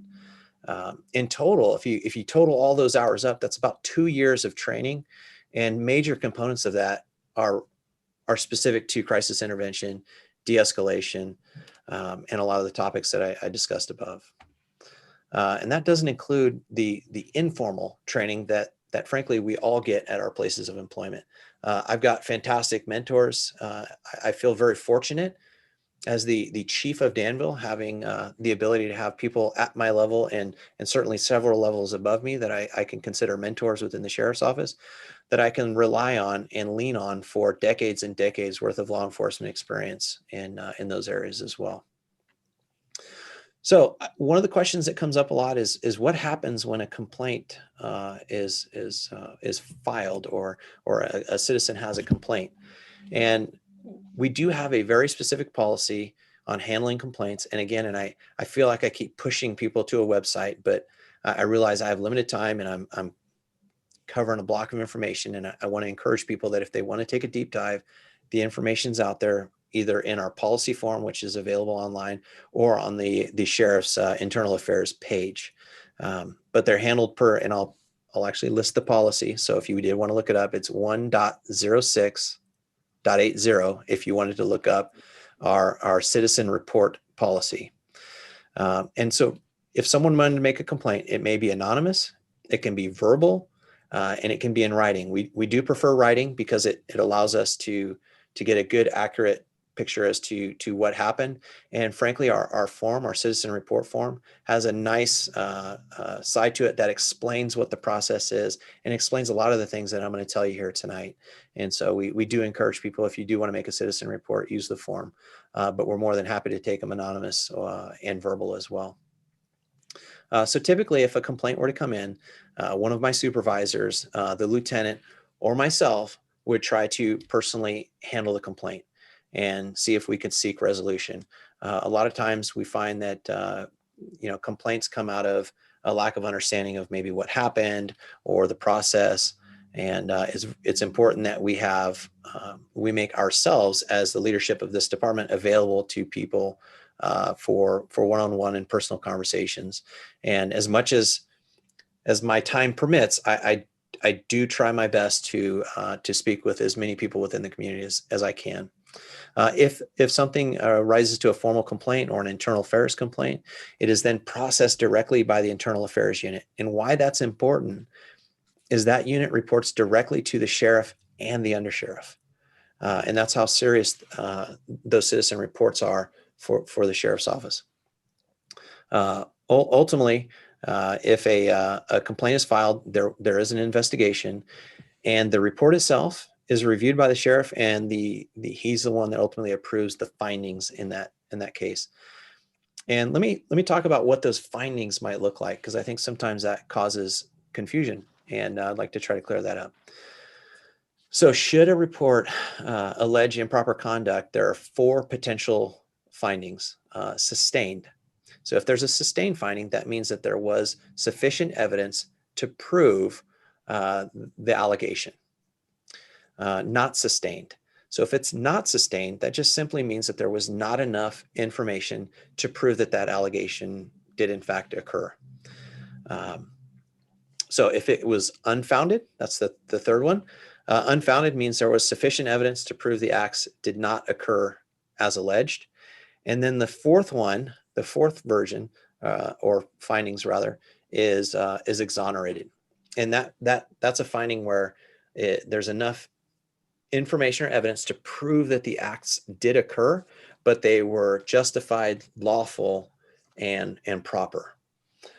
So should an investigation determine that there's improper action, the sheriff will take corrective action, and that may include counseling, include additional training, and ultimately can also include disciplinary action as well. The citizen that makes the report ultimately receives a notification from the sheriff as to the findings of the report. I'd like to close with making a quick statement that developing and maintaining relationships with the community we serve is really the hallmark of law enforcement. Without public trust, we can't exist, and I do understand that, and I hold that close to my heart. If you look at some of the shows that we put on where we realized there was a lack of connection with our community due to COVID. We lost a lot of that. we went out and we had that podcast 10/8 where we every Wednesday night would join the community online. And one of the things that we covered were the Pelian principles, the ethics of law enforcement, and our mission and vision statement. And the reason those are so important, it is the bedrock of what we do. And it's important that people understand where we are coming from. We are coming from a place of trying to foster and establish those relationships because we understand how important they are to the trust and the safety of the community. When we, as the servant leaders in this community, can work with the community and all point in the same direction to keep this community safe, we know that this is going to be a safe and wonderful community for everyone, and that is our goal. Again, I know I opened with this, but I do want to send a reminder. If you are interested in these topics, we hold these citizens academies twice a year for adults. If you've got a teen, we hold one for high school age kids. We hold one for junior high kids, and we discuss all of these topics. We certainly try to make it relevant to the age group. We're not in the business of putting out improper information or inappropriate information based on age, but we're trying desperately hard to build and have those relationships with the community, put the information out there and have those discussions. Thank you, Madam Mayor, Vice Mayor, council members, and I'm happy to answer any questions. Thank you, Chief Shields. We appreciate the presentation. Are there any questions of council? Vice Mayor Arnrich. Chief, thank you. I know you've got a long history in Danville, and you're pretty passionate and a very caring person. And always appreciate when called on, you make personal calls about everything I've ever referred to you. And you bird dog it till you can find the source and find the best resolution. Could you explain, well, one is explanation and the process, and the second one is an ask. So two-part question. The first one is under our agreements and the way our police department works with Contra Costa County, not only do you get to choose through your leadership role and those that were before you, but there are times that you might find an officer that it isn't a good fit, whether they've been here for a day or a month or something. There's a unique thing that we get to do that other standalone agencies, they can't. And maybe could you explain that a little bit about what benefit that does to our community? Yeah, and I think the best way to answer that, and again, this is a hypothetical answer to that question and not in reference to anything in particular, but we do have the ability to, if the relationship isn't working out, to take an officer that would otherwise perform very, very well at another location and work with our team and our members at the sheriff's office and see if we can find an assignment that might be more suitable to their interests and their needs. But let me kind of take the step back on that a little bit. And since I've been here, we have not had to do that. And we haven't had to do that because I believe we spend so much time in the selection side of people. This is a voluntary assignment. We don't force people here. And many of the people that put in for the town are opened to how the town does business and the mission and the vision because they come through on a training assignment. A good example is we have someone here on training this week that is demonstrating interest in an assignment here in the town. And so he's getting a better look than I think any other prospective employee at any other prospective employer would get, because he actually gets field time and he gets to really understand the culture and the nature of what it is we do here. Great. And the second part, and this is something I know you're really passionate about as well. You've been working for the past couple of years, myself, other members here, with the San Juan Valley Mental Health Advisory Committee, and also working with the chief in San Ramon, looking for more tools to support our officers and ultimately to support our community on mental health. Assembly member Rebecca Bauer-Cahan has a bill Senator Wiener is co-sponsoring, and we're all supporting that to try to help work on that. Can you share with us some of the things that you have done with our officers on the techniques that you have, both in partnership with San Ramon's process, the things that we try to put into place over the past few years to try to address the ever-growing issue of mental health and how those responses work? Yeah, that's a great question, Vice Mayor. I think that the best thing that we actually have going is, well, there's two things. One, we have well-trained and professional staff that by way of or virtue of working in a jail setting where we encounter people, massive amounts of people that are in either some sort of mental health crisis of addiction. I believe that our officers, not only do they get the technical training, but they actually get to have that immersive experience. And I believe that, and I've actually received compliments from residents in the community on how quickly our officers are able to identify and react to those situations. So I think the first step is having professional and well-trained officers. The second is and kudos to Joe for this hire, but Lauren Brown is one of our staff members that works closely with our school resource team, and she's a licensed marriage and family therapist. She's very skilled in that area. She actually came to us from Discovery Counseling Center, which is one of our partners that we work with in the community. And really, when it comes to mental health, it's really about the relationships that we share with those in the community. So we do have a stake in that, and we do have a close view. In fact, I report to the town manager each month on our number of what we call 5150s, which is a welfare and institution code that provides for the committal of people when they're in a mental health emergency. So one of the things that we do is we actually created a separate, and this is going a little bit into the weeds, but we created a separate code for people that weren't quite there. And what we realized that there were times where, as officers, we can identify something earlier than that moment of crisis. And we're always trying to have an intervention as early as we possibly can. And so we identified that there's a need for services. We can identify it, but we need a mechanism to point in the right direction. So we created another code that was short of the 5150. It's an internal code, and what it allows us to do is then forward that report to Lauren Brown. She'll review it, and if it's an opportunity to provide or recommend services to maybe a parent, a family member, or someone that might need financial assistance or just guidance, right? A lot of the times we get the question, what do I do? Because people are at their end and they just don't know what to do. And we need to be able to refer them to the appropriate resources if we can't compel them via some mechanism like 5150.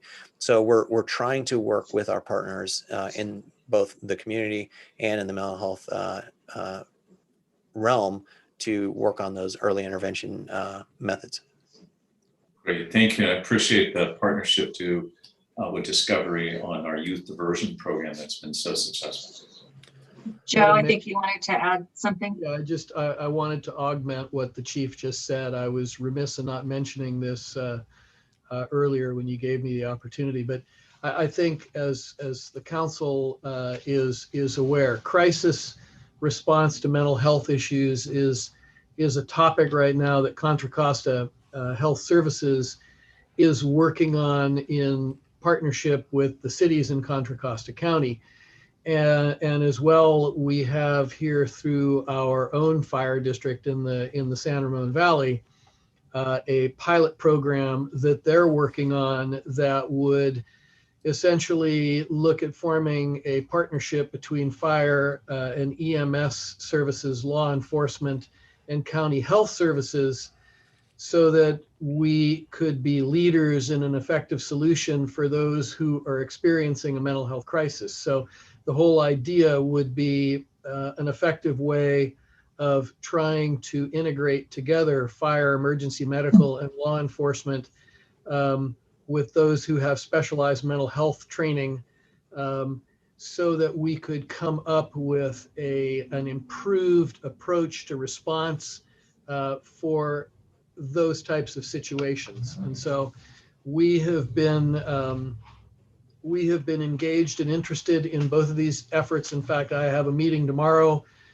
with the fire chief to sit down and talk with him in greater detail about the pilot program that they're putting together. We've had a number of conversations about it, and just looking at whether or not there's a way that we can augment the services that are already available to to our community members here in the San Ramon Valley. Karen? Just a couple of comments and our questions of the chief. So first of all, I wanted to recognize that Jim Slepover had been here, of course, from our fire department. And so this is an ongoing cooperation between the city and the fire and the police, by the fact that the fire usually comes to our meetings and is aware of not only what we're saying, but what our citizens have come here tonight to say to us. And so I wanted to make a comment on the diversity training that we had. We have every 5 years, I heard you say, Alan, and that the chief said we just had that training 2 years ago, but the audience, the bigger audience and citizenry and the events that have occurred in the last 2 years have been very striking.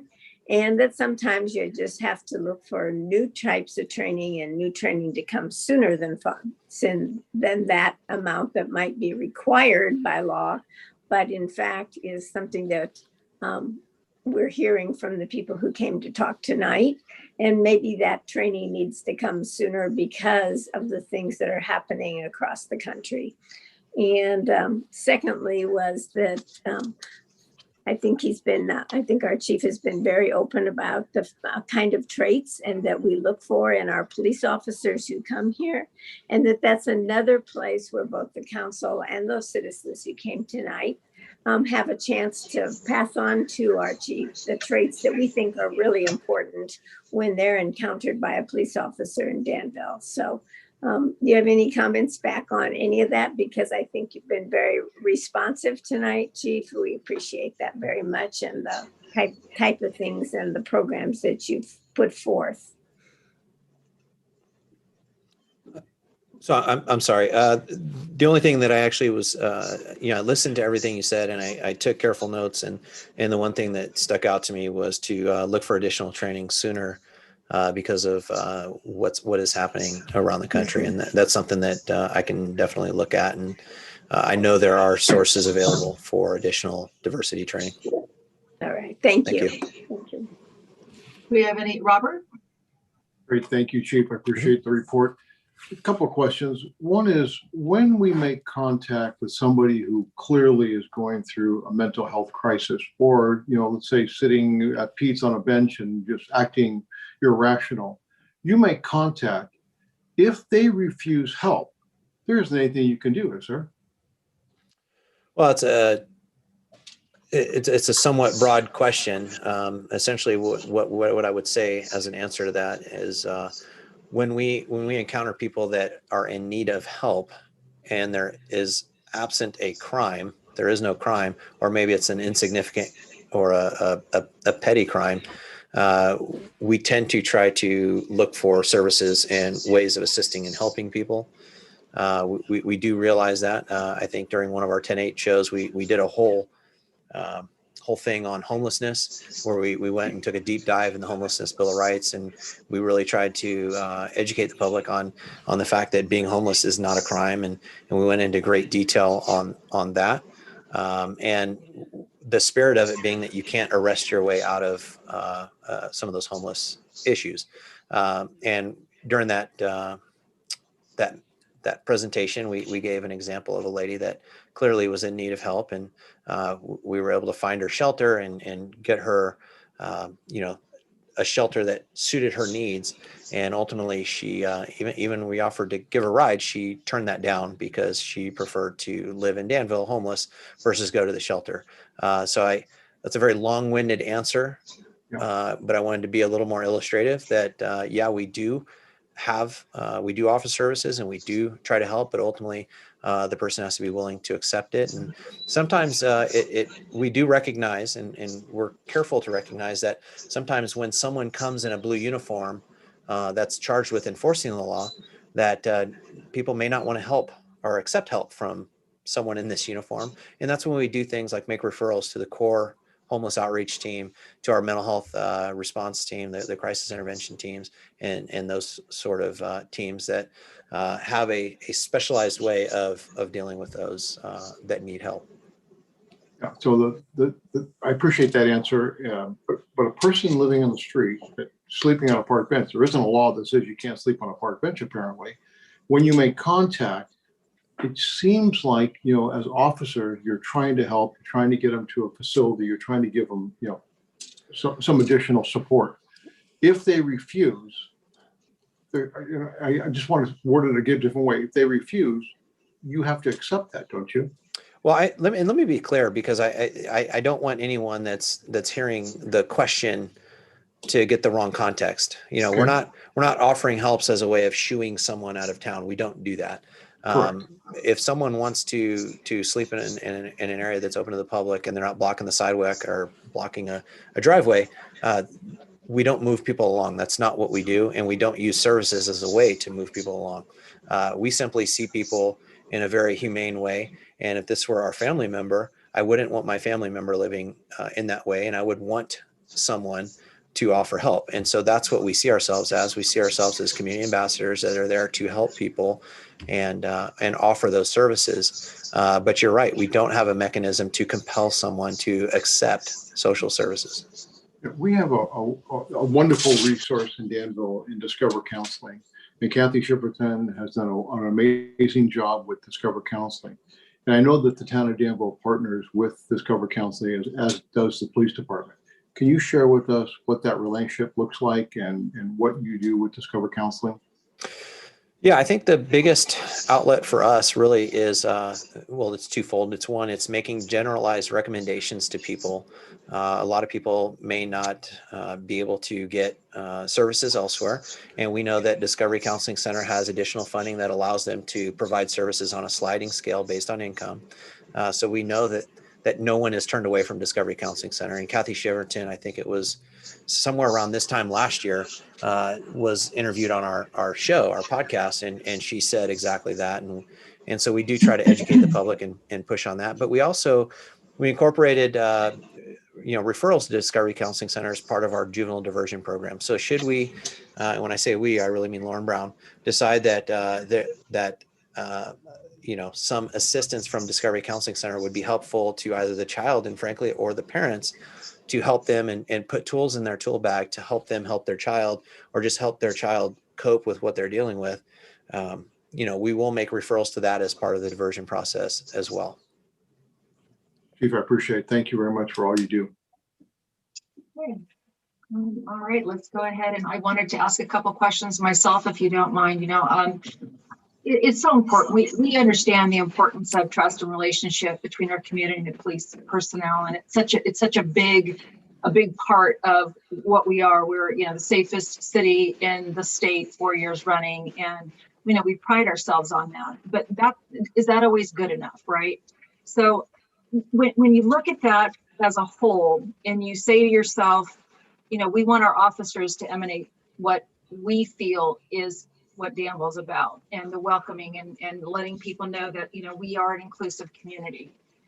How often do you go through the training of officers, and how often do you actually go through this with sworn officers? How often are we actually giving them performance reviews? And how often are they required to go back and get trained besides the 5 years? You mentioned, I know this is kind of a major questions all over, but you mentioned the training that you have, and very impressive, from the SWAT team to all of that. What are the officers that are with Danville right now? Are they required to also be able to go out and get training? And what are you doing for that? Well, I was trying to feverishly write all that down to make sure I answer all your questions. I appreciate it. And I think the reason I was trying to be so careful is I think you hit on a lot of very good points. The first one is you talked about safest city. I can always throw stats out there and accolades that internet sites give. The fact is I recognize that to someone that has an emotional response to a situation that's occurred in the town, that doesn't make anyone feel better. I understand that. And that's why it's important for me to come to these meetings, not only listen to you as the town council, but listen to the residents. It's important that we have those citizens academies where I'm listening and I'm hearing what they have to say and I'm getting their perspective. And so I wanted to kind of acknowledge that because you threw it out there. As far as training, I didn't present my brief bio on training as though it was somehow unique or special. It's very ordinary within the sheriff's office. We get a lot of very specialized training. We have a lot of very professional and dedicated law enforcement professionals that work at the sheriff's office, and they're right here. We do have members that are, they've been on like our crisis negotiations team going on close to 10 years, I believe. These are people that have real world experience. The minimum training an officer must receive each year is 24 hours of continued training. You can equate that to about 3 days of training per year. That is a minimum bar. I think by demonstrating my training, the fact that it's about 2 years over about 21 years shows that it's closer to about 10% of total time. I think is more a clear representation of the level of training we get. What we do here in Danville, though, is we want our people that are working here in the town to specialize on the social aspects that are meaningful to the community, as well as the technical aspects. So that's why it is important that we do attend a lot of those trainings that I mentioned before, and that our officers are performing to those standards. But we also have a lot of technical training that goes on. We are very responsive in the effort to protect and safeguard the lives, rights, and property of everyone we serve. We realize that each one of those protections, we've got to be well trained, and so we do go to a sufficient amount of training to make sure that we can handle those. And frankly, when it gets into the weeds on more technical aspects, I know that I can always rely on my partners at the sheriff's office for training. A good example is like a high-tech crimes unit, because we've got a relationship with the sheriff's office, because we are the sheriff's office. I can very quickly rely on years and years and years worth of experience to handle one case or one issue. The other thing is too, and I don't want people to before I get on to the evals, I don't want people to misunderstand that we do care about the relationship. We do care about the cultural differences, and we will go to great lengths to that end. I want to provide an anecdotal example. It was about 10 years ago. There was a young lady that was assaulted, and within about a day, with having nothing but a sketch, we were able to resolve that crime. And we were bringing the person in custody. Well, this person was from a foreign country. He was visiting his family here. I didn't know much about the culture, so I called up a friend of mine at the FBI, and I just asked. And I said, "Can you please help me about the cultural differences and what might be some of the barriers, and what can I do to build a relationship with this person to help this interview?" So we're not afraid, we're not timid to reach out and find those resources that will help us better connect with all of the people we serve. Whether it's your community members, a victim of a crime, or in that case, it was a suspect of a crime. And I still wanted to make sure that I provided good service to that person. So as far as evals, you asked a question about evals. In the sheriff's office, we do evals twice a year, and they coincide with our shift change. And so at the end of a shift change, we do an eval. But frankly, throughout the course of a shift, we're doing verbal counseling, we're doing corrective counseling. If we see something, we will take affirmative steps to correct behavior. And on the other side, we give accolades, right? We give commendations, and we say, hey, this is good behavior. This is the type of behavior that we want to see. This represents what's good in law enforcement, good in the sheriff's office, and good for the town of Danville. And we feel it's important, because if we want those traits to be to continue day after day after day in that professional manner that we expect, then we know that the best way is to have well-trained people and to positively reinforce those good behaviors that we want to see. And those are all great answers, and I appreciate that. I just think, also to finish that up, with the recent incidents with George Floyd and at a national level, and now, locally things happening, It would just be, I think, for the reevaluation of training, and I think the reevaluation of certifications of how often they're introduced to this, rather than 5 years, maybe that needs to be a shorter amount of time. And I'm just, thinking out of the box here, but I think it would be a good idea to see us have an opportunity at the Sheriff's Department to voice our opinion and say, with the recent situations going on, we would like to see the training to be not so far out. 5 years, I think, is a long time to wait for retraining. Well, so that was, and I know I kind of went through that presentation quite fast, but that was just with one specific topic. And please, I don't want to mischaracterize the training. We don't wait 5 years for training. Training is something that's constant. These are conversations within law enforcement leadership that we have all of the time. And frankly, I'll say this, it is a struggle on my end during moments of what I would call good times or steady waters to actually engage and have those conversations with the public. So these are conversations within the law enforcement community that we've been having, for me at least, my entire career, and we've been encouraging the public to have those conversations with us as well. So these are evaluated. Please don't misunderstand. That was one training topic that was mandated. But if you look at the rest of the topics that were there, a lot of the components of cultural diversity are woven into procedural justice and the other training that we get more frequently. I see. Okay, and like you said, people can go on to the somebody has their TV or something on, they need to mute themselves. Everybody needs to be on mute, I believe. So, because I'm hearing an echo. Yeah. So cultural diversity training every 5 years is what I said on here. So that's what I was looking at. What I'd like to do is go ahead and open this up, because I know that we have some people that are in the public that would like to ask some questions as well. And I want to remind everybody we're talking about what the item is on the agenda right now. So Marie, do we have anybody, now that I'm opening up to the public, do we have any public comment? Yes, there are several individuals with their hands raised. I'm going to go ahead and prepare the speaker timer.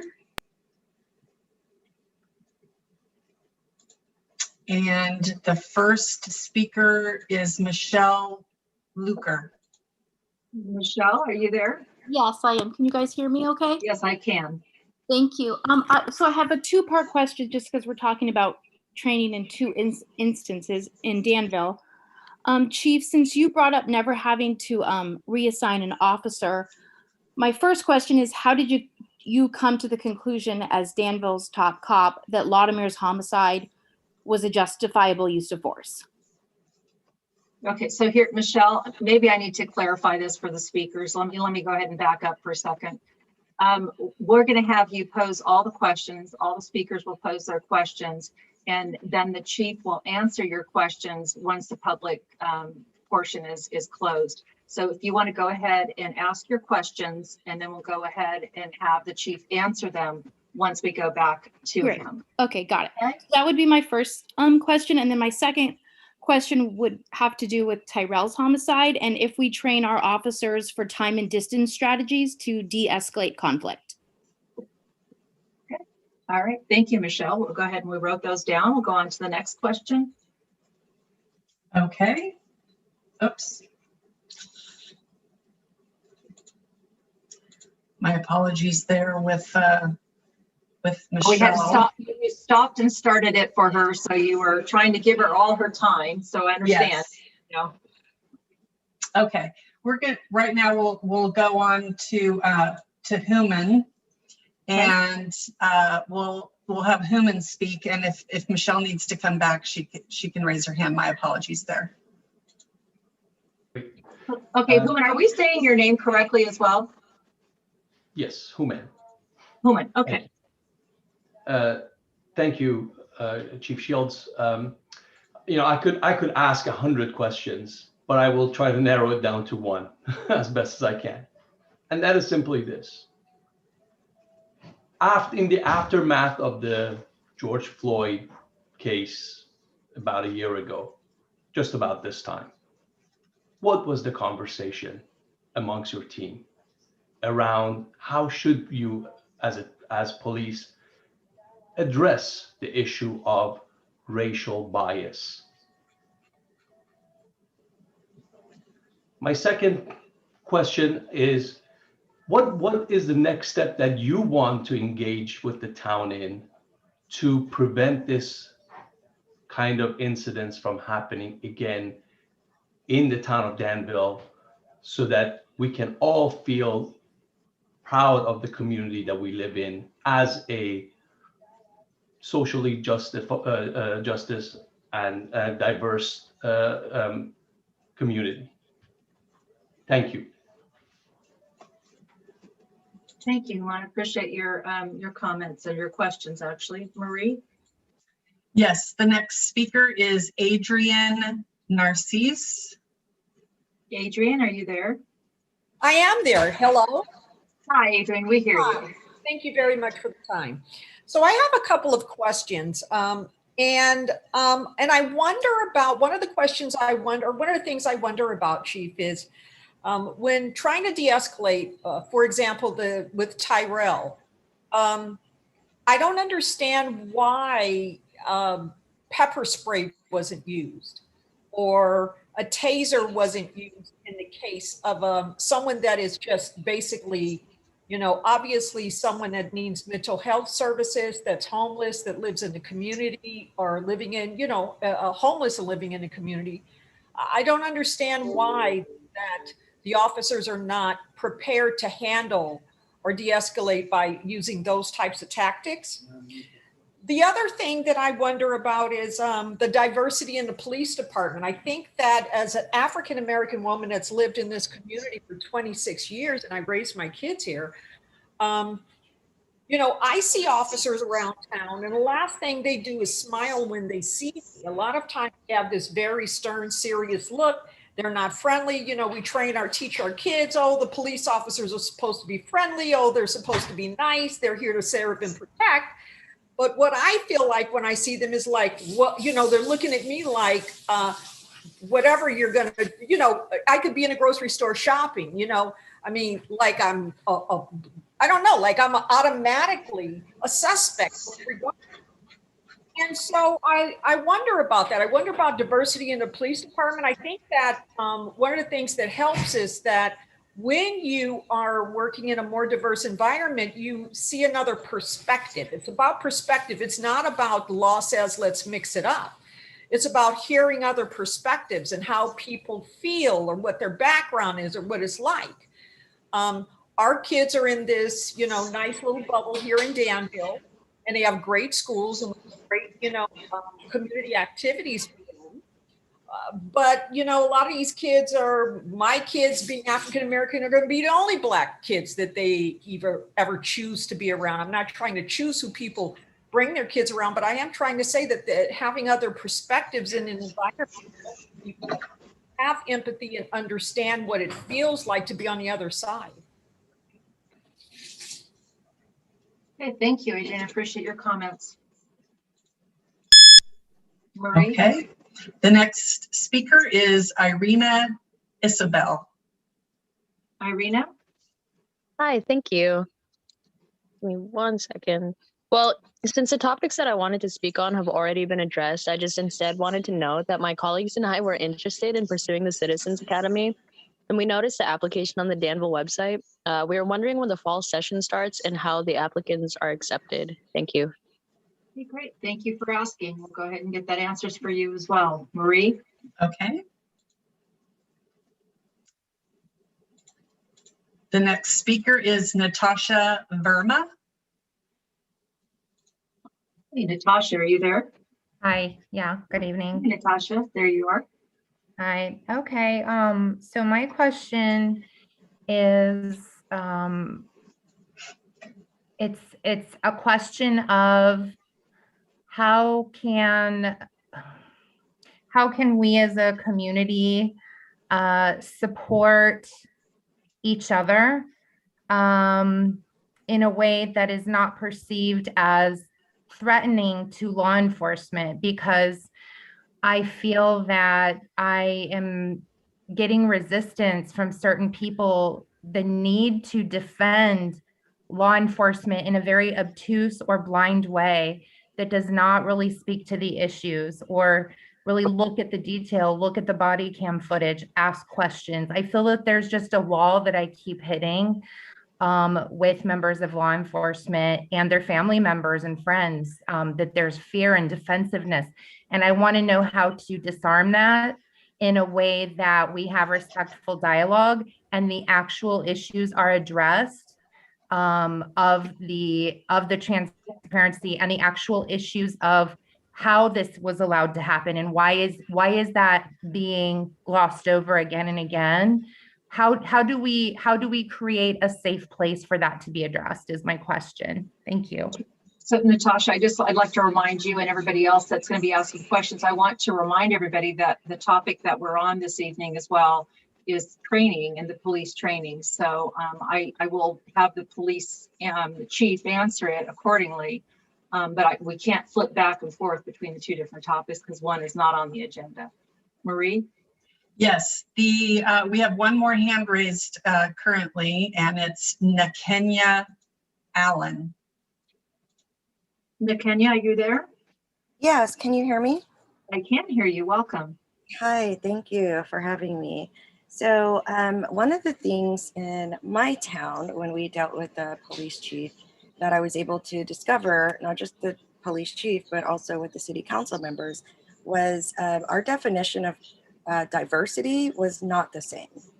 So in a lot of cases, the conversation long before George Floyd was the culture of policing. It hasn't really changed its blueprint from when it was actually originated, which was to target people, Black people specifically, because nobody else was here at that time. And there's been a huge resistance, throughout time to upgrade it, to basically make it work for everybody, since it's a public servant position, and we all practically pay into that with our taxes. So it was really important, especially considering that there is no one really of color to speak for the community when it comes to training and diversity. The idea of, in my opinion, having just one or two people with color on them is usually what's used as a definition of diversity. And I want to echo what the lady before me said, where it's actual culture that determines diversity, right? We had issues here with police pages posting hate groups that they had to recant because they were, oh, we didn't know. But it was like, look, if you are diverse, you would have known that that was not an okay thing to do, And I do think that it's really important that when it comes to training, that we are understanding that there are different people in the community and trying to figure out how to implement some understanding for who they are. And I think it's really difficult to do if the culture has to remain like white, for instance. Like if everything has to be white, you cannot fight racism too. That's a side effect, the ideology of white supremacy. But you have to have other people in the mix so that everybody can see them and they become a norm, right? Nobody's going to look at you weird if they see people like you all the time. And when it comes to training, one of the things that I would like to know more specifically is, we know that racism is taught from home. And we know that that kind of attitude can lead to jobs. It can happen on jobs. It can reinforce itself in jobs. How do we make sure that the people that you're hiring is not coming in from a background of pure hate for other races? Thank you. Nakenya, thank you so much for your comments. Marie? Okay, I don't see any other hands raised for this item presented by the police chief. Okay, so not seeing any more hands raised, we're going to go ahead and close this portion of the public comments, which means that no other public comments can be taken at this time. We're bringing it back to the chief as well as to staff and the council questions that were proposed in reference to what the report was about, we can answer. The others, if you'd like to independently email the sheriff's office and or our police chief, you're welcome to do so to get those answers. But as I mentioned before, agenda items are items we can respond to. So I don't know, Chief, would you like to go ahead and start perhaps responding to some of the comments? Madam Mayor, thank you. Yes, and I do want to say that I was trying to take very feverish notes to make sure that I was listening and hearing everything that you say. But I do want to echo what our town manager, Joe Calabrigo, said at the beginning, which is that there are, two civil investigation or civil complaints, civil suits going. There's a criminal investigation going, and it would be inappropriate to discuss items related to those investigations right now. We are committed to a transparent investigation, and we will have an official release at the completion of those investigations. But there were some things that poked out that I think are relevant, and in that I'm looking over my notes here that I did want to cover. First, one of the questions that came up was about the academy sessions. We will have another Citizens Academy in the fall. Usually starts August, September. We do it. We try to time it for school when school gets back in session and people are less likely to be on vacation. And the way we design that class is we tried not to make it a 200 person class. We do try to make it a small class, somewhere between 12 and 20. And we give Danville residents priority. We do recognize that sometimes people on the fringe of Danville may want to join, and we, as an example, we have a San Ramon resident in our current academy. But what we do try to do is we ask people to look to their local police department, because we're very aware that most police departments in the area, and including the sheriff's office, do run Citizens Academy. And what I heard, and this is kind of the point of that long-winded answer on the Citizens Academy, what I heard in a lot of the questions, and what really struck me was that it is a lot of people that are wanting answers, but more so, I believe, are wanting a relationship with the people that serve them.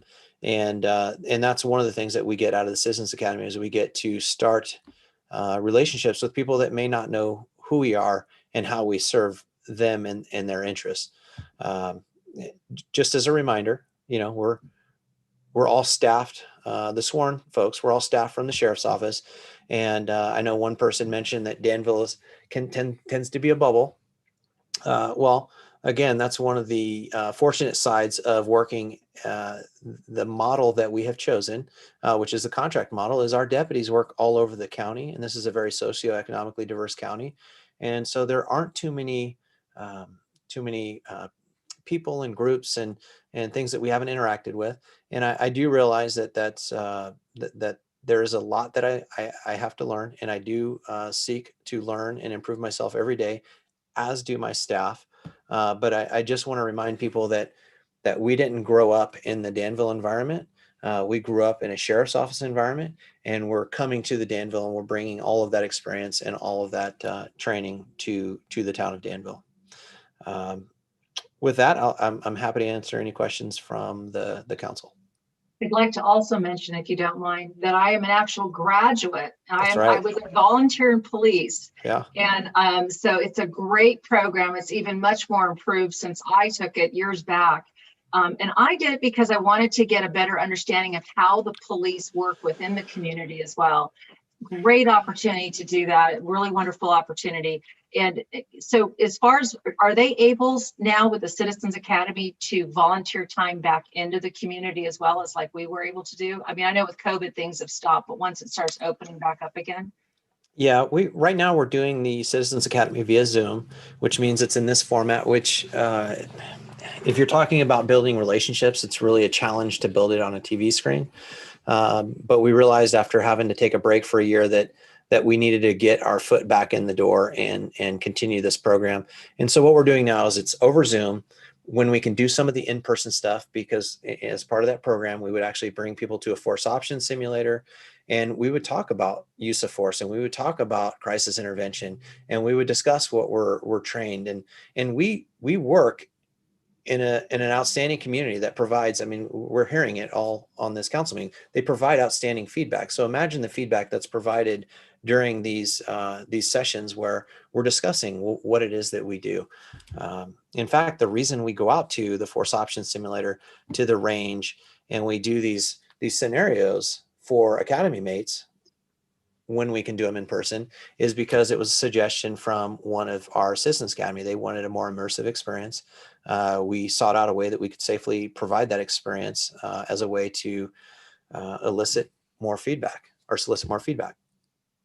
That's great. That's fantastic. Are any other comments or questions from, okay, Karen?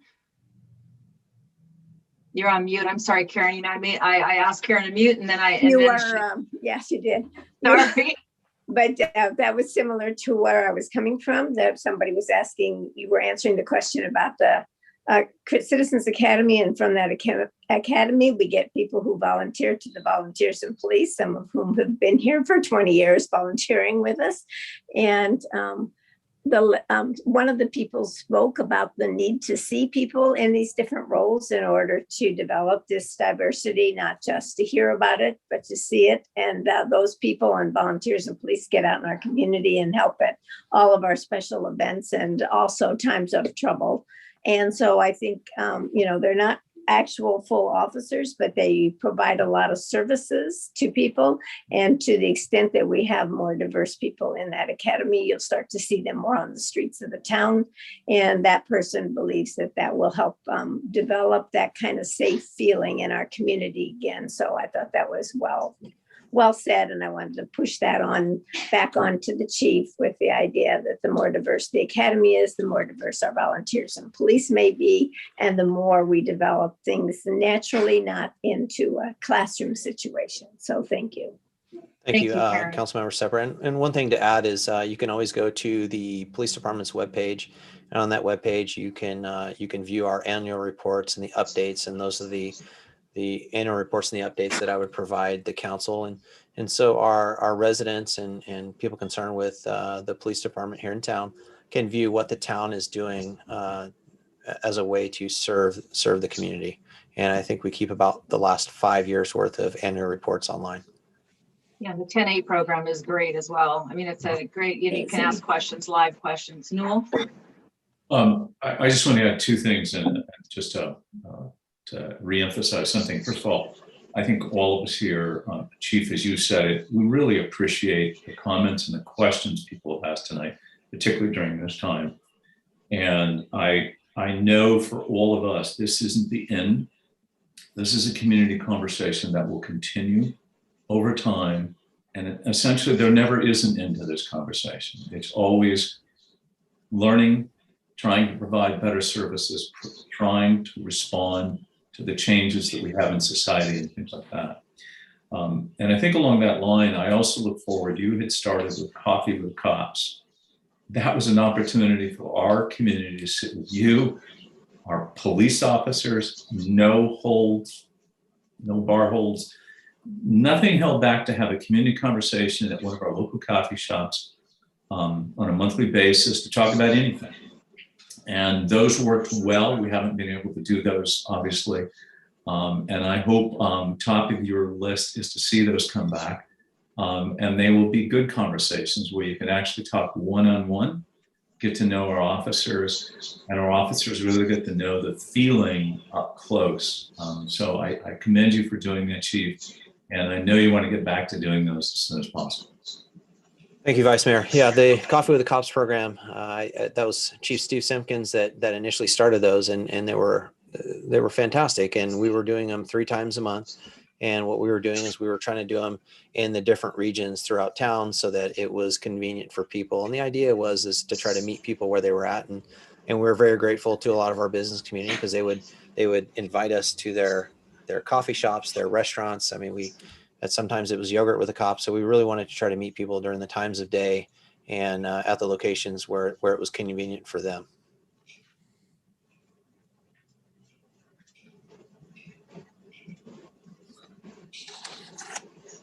Renee's on mute. Oh.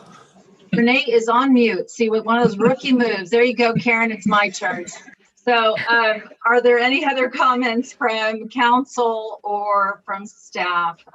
Seeing none. Sorry, is Chief going to answer some of the other questions that came up?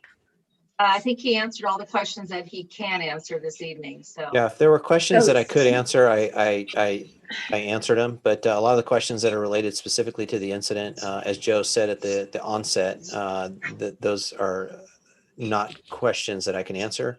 And what we're doing is we're waiting for the investigation to be complete. And once it's complete, then there will be an official release.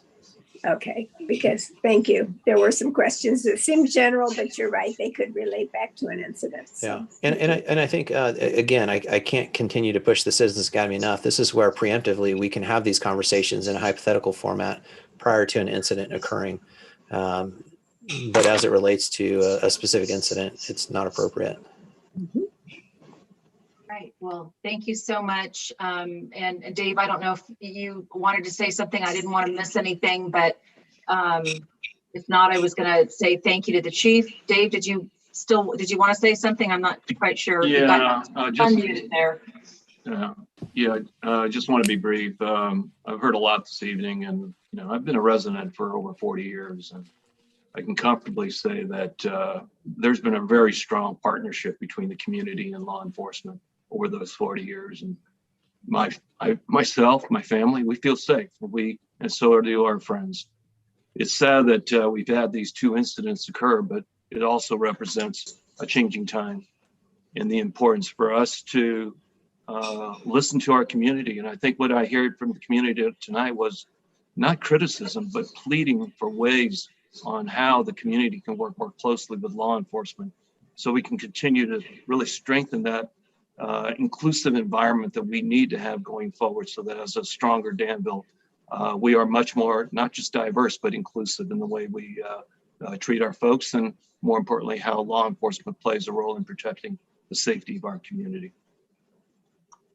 Thank you, Dave. And that does tie back into the training and some of the issues that the chief had mentioned this evening about the different trainings that the officers do go through. So we thank you for that as well. So Chief Shields, thank you this evening for being here, listening to our questions and our comments. We very much appreciate it. Thank you for what you do for the community.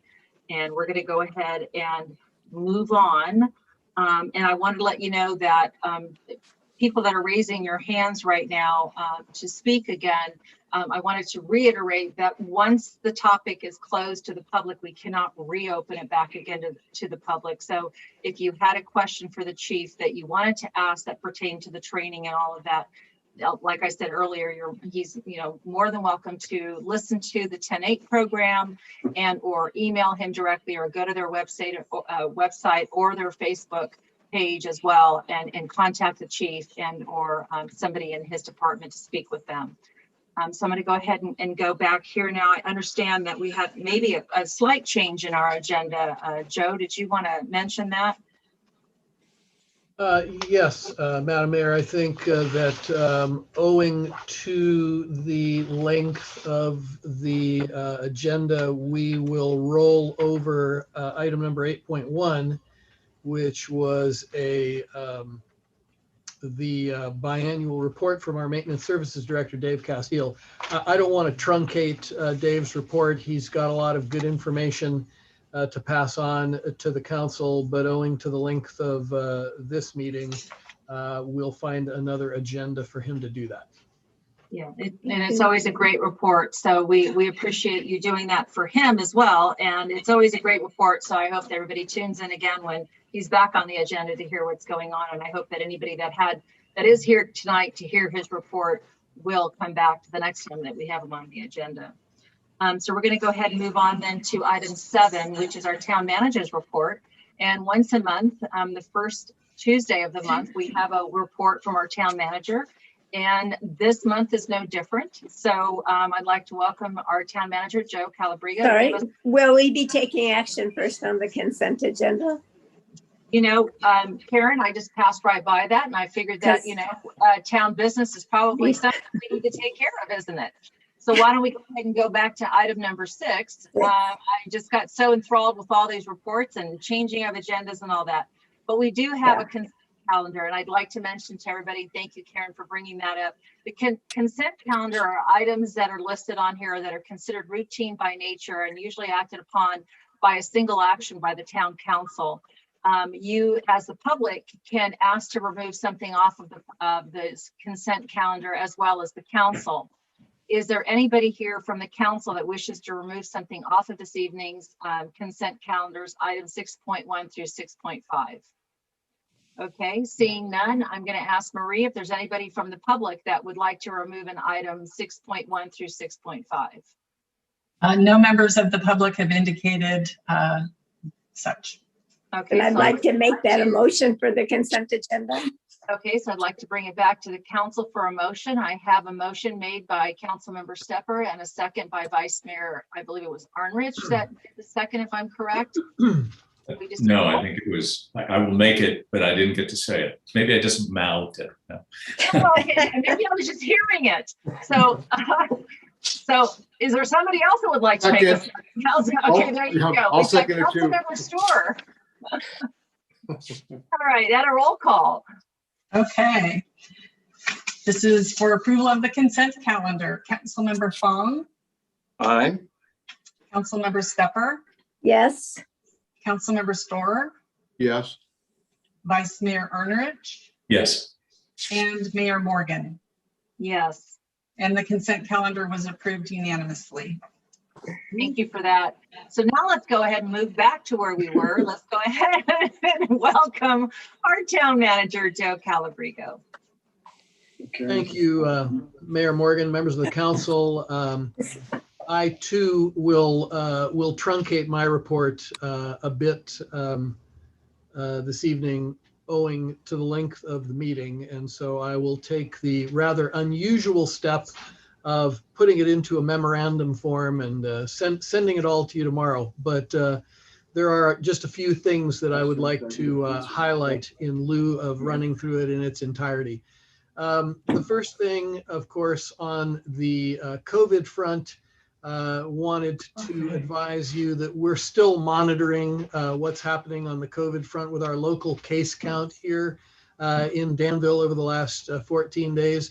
While our numbers have been quite a bit lower than they were earlier this year, it fluctuates back and forth. I think as of today, we have 34 new active cases. The big news, of course, continues to be with the vaccine rollout. The county has done a great job of meeting and exceeding their goal of 1 million vaccines by July 1 and then the end of May. In fact, as of today, they've administered over 1.1 million vaccines. So 70.6% of the adults in Contra Costa County that are over the age of 16 have received their vaccines. In Danville, we've fallen off the pace a bit. I think initially we were among the leaders in the community in terms of the vaccine rollout. As it currently stands, 67.4% of our adult population age 16 plus has received at least their first vaccine. So good, but less than the county wide average. And we want to continue to urge all of our community members to get their vaccines. One of the questions that we're getting right now is, when can we expect to resume some of the large scale outdoor community events that our residents enjoy so much, parades and car shows and street fairs? Does the governor's June 15th date mean that we can go back there? And the answer to that question right now is no, at least not yet. We're still waiting on state guidelines for outdoor public non-ticketed events. So you've heard the state talk about concerts, sporting events, where the venue is controlled, access is able to be controlled. We're not talking about those kind of events. We're talking about large, uncontrolled events with attendance that numbers in the thousands to tens of thousands. So we're hoping to receive some additional guidance by June the 15th as part of the Moving Beyond the Blueprint plan. When it is, we're anticipating that these events for a while are going to continue to look and feel different, because indications that we're getting are that the large event organizers are going to be required to incorporate event registration, testing, proof of vaccine, limit capacity, face coverings, other measures, increase sanitation, and so on. So these considerations, coupled with the advanced planning time that's required for a lot of these events, as well as the liability concerns that the event organizers understandably continue to have, they continue to make it seem unlikely that events of this nature are going to return until 2022. But if the state guidelines pave the way for it to happen sooner, then we're certainly going to work with those event organizers toward resuming these events. And we are having these discussions with the event organizers. So I want to mention that on the COVID front, because I'm assuming that these are some of the questions that you're getting as well. On economic development, you know, a lot of stuff that is continuing to happen there that I will fill you in greater detail on when I send you the memo. One of the things that I do want to highlight is that we are right now in the process of developing a plan for how we're going to phase out the parklets downtown. We're assuming that restaurants are going to go back to full occupancy by June the 15th. The current permits that we have issued are approved for outdoor seating in the parklets until August 1, which, if things go as we anticipate, would give these restaurants 6 full weeks post full reopening to operate in excess of 100% capacity to help them recover some of the losses they've incurred during the pandemic. So August 1 looks to be that tipping point right now. And of course, in order to get back to some of those special events downtown, we've got to address that parklet issue. So I'll touch on that just very briefly. Budget, you're in the process of going through the review of the draft 21-22 budget right now, as you will be for the entire month of May. I think Diane Friedman provided you with an excellent update on what's happening with legislative activity, including the fact that the town is continuing to support AB 988 that's sponsored by our own Rebecca Bauer-Cahan, which provide mental health, crisis intervention services, and crisis care. We're proceeding to bird dog a number of grant and earmark opportunities.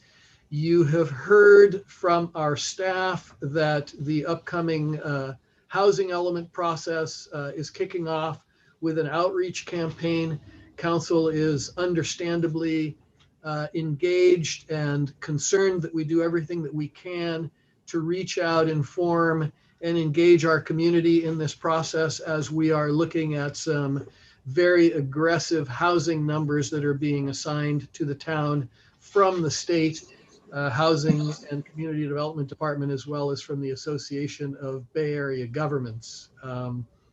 Development Services, the Capital Improvement Program, Council will be reviewing that as part of the budget process during this month, looking at needs and priorities. The new townwide bicycle master plan is going to be going to the Parks, Recreation, and Arts Commission next week. It will be coming to the town council at a study session on June the 8th, and then back to you at your July 6th regular meeting. So I mention that because I know that we've had some questions about the timing on that. Maintenance services, you'll hear from Dave, working very hard. We're into a drought. We're actively looking at areas where we can remove passive turf, continue to reduce our dependence on water usage. Street maintenance crews have been very, very busy this past week, going out and repainting red curbs, making curb and gutter repairs along Camino Tasahara. And then lastly, recreation, arts, and community services. Really just too much to list here. A lot of stuff going on in recreation, arts, and community services. We have summer program registrations that started last week for our residents. We've had over 1,500 people register for camps, classes, and aquatics offerings during the summer. So we are planning on opening up those programs and classes just as much as we can under the guidance of the health orders that are being issued by the state. And as the council is already aware, this is an area that's going to continue to remain very fluid. We will continue to respond and adapt to changes just as quickly as we can in the interest of getting all of our communities back out and able to find the fun within the activities that the town is able to offer coming up for the summer. So I'm going to stop the report right there. I'll mention that the mayor's next Town Talks program is scheduled for Friday. The topic is how the town's culinary scene has adapted to the challenges of the pandemic. Continue to refer folks to our website at www.danville.ca.gov and subscribe to that for the latest information and updates. And that concludes my truncated report. Thank you. And we're looking forward to getting the memorandum that you were going to send it to us in the full report, since we usually get that as well. Okay, so now that we have that, are there any questions of Joe? All right, so we're going to go ahead and move on. One of the things that I have on here is 8.1, which we went ahead and moved, which is the Maintenance Service Department. So we'll go ahead and go on to 8.2. Besides the Citizens Academy, we have other opportunities in the town of Danville. And I wanted to turn this over to our city clerk, Marie Sanseri. Great, thank you. There are wonderful opportunities for those interested in serving the Danville community. And I should have mentioned this at the start of the show when we had a full house. But we'd like to get the word out there that there are 11 volunteer positions for Danville residents for terms beginning July 1st. And I'm just going to mention a couple of which we do not have applications at this time. The Heritage Resource Commission is in need of a licensed architect. And there are 2 positions for Danville residents of high school age on both the Arts Advisory Board and the Parks, Recreation, and Arts Commission. Both need students to serve. And residents can access the applications and detailed information on each of the volunteer positions on the town website. Applications are due on May 12th at 4 o'clock, so mark your calendars. Interviews with the town council will take place on Zoom on June 8th and June 15th. And if there's any questions, feel free to contact the city clerk's office. Thank you so much. Yeah, Marie, thank you so much for that. And I'd like to mention as well that with the youth commissioners, it's a great opportunity to put that on your resume for college. So if you're a junior and you're going to be a junior this year and you're going into your senior year, what a great opportunity to put that on your application for college as well. So number 9 is our town council reports, and 9.1 is our Parks, Recreations, and Arts Commission liaison report by Councilmember Storr. Great, thank you very much. Quickly, the Parks Commission has approved the Town Green Master Plan and the Strategic Plan, and as part of that, they approved and actually installed the pickleball courts at Osage Park. The Parks and Arts are working how to integrate public art into the town and downtown especially. This month, they are going to discuss the Bike Master Plan regarding bike safety and public awareness. And all of these items all lead back to the master plan.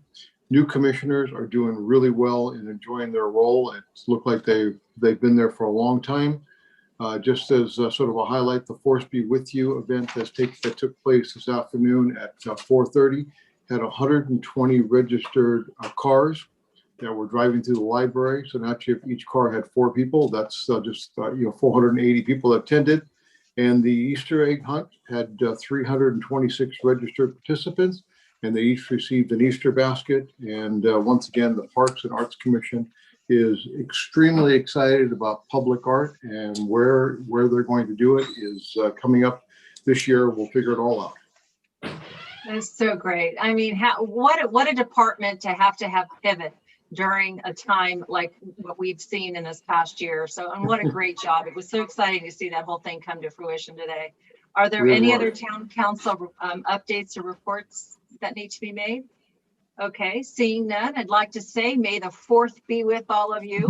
And I'd also like to wish everybody a happy Mother's Day. Enjoy your weekend, and we will see you at our next meeting. Good night, everybody. This meeting's adjourned. Have a great night.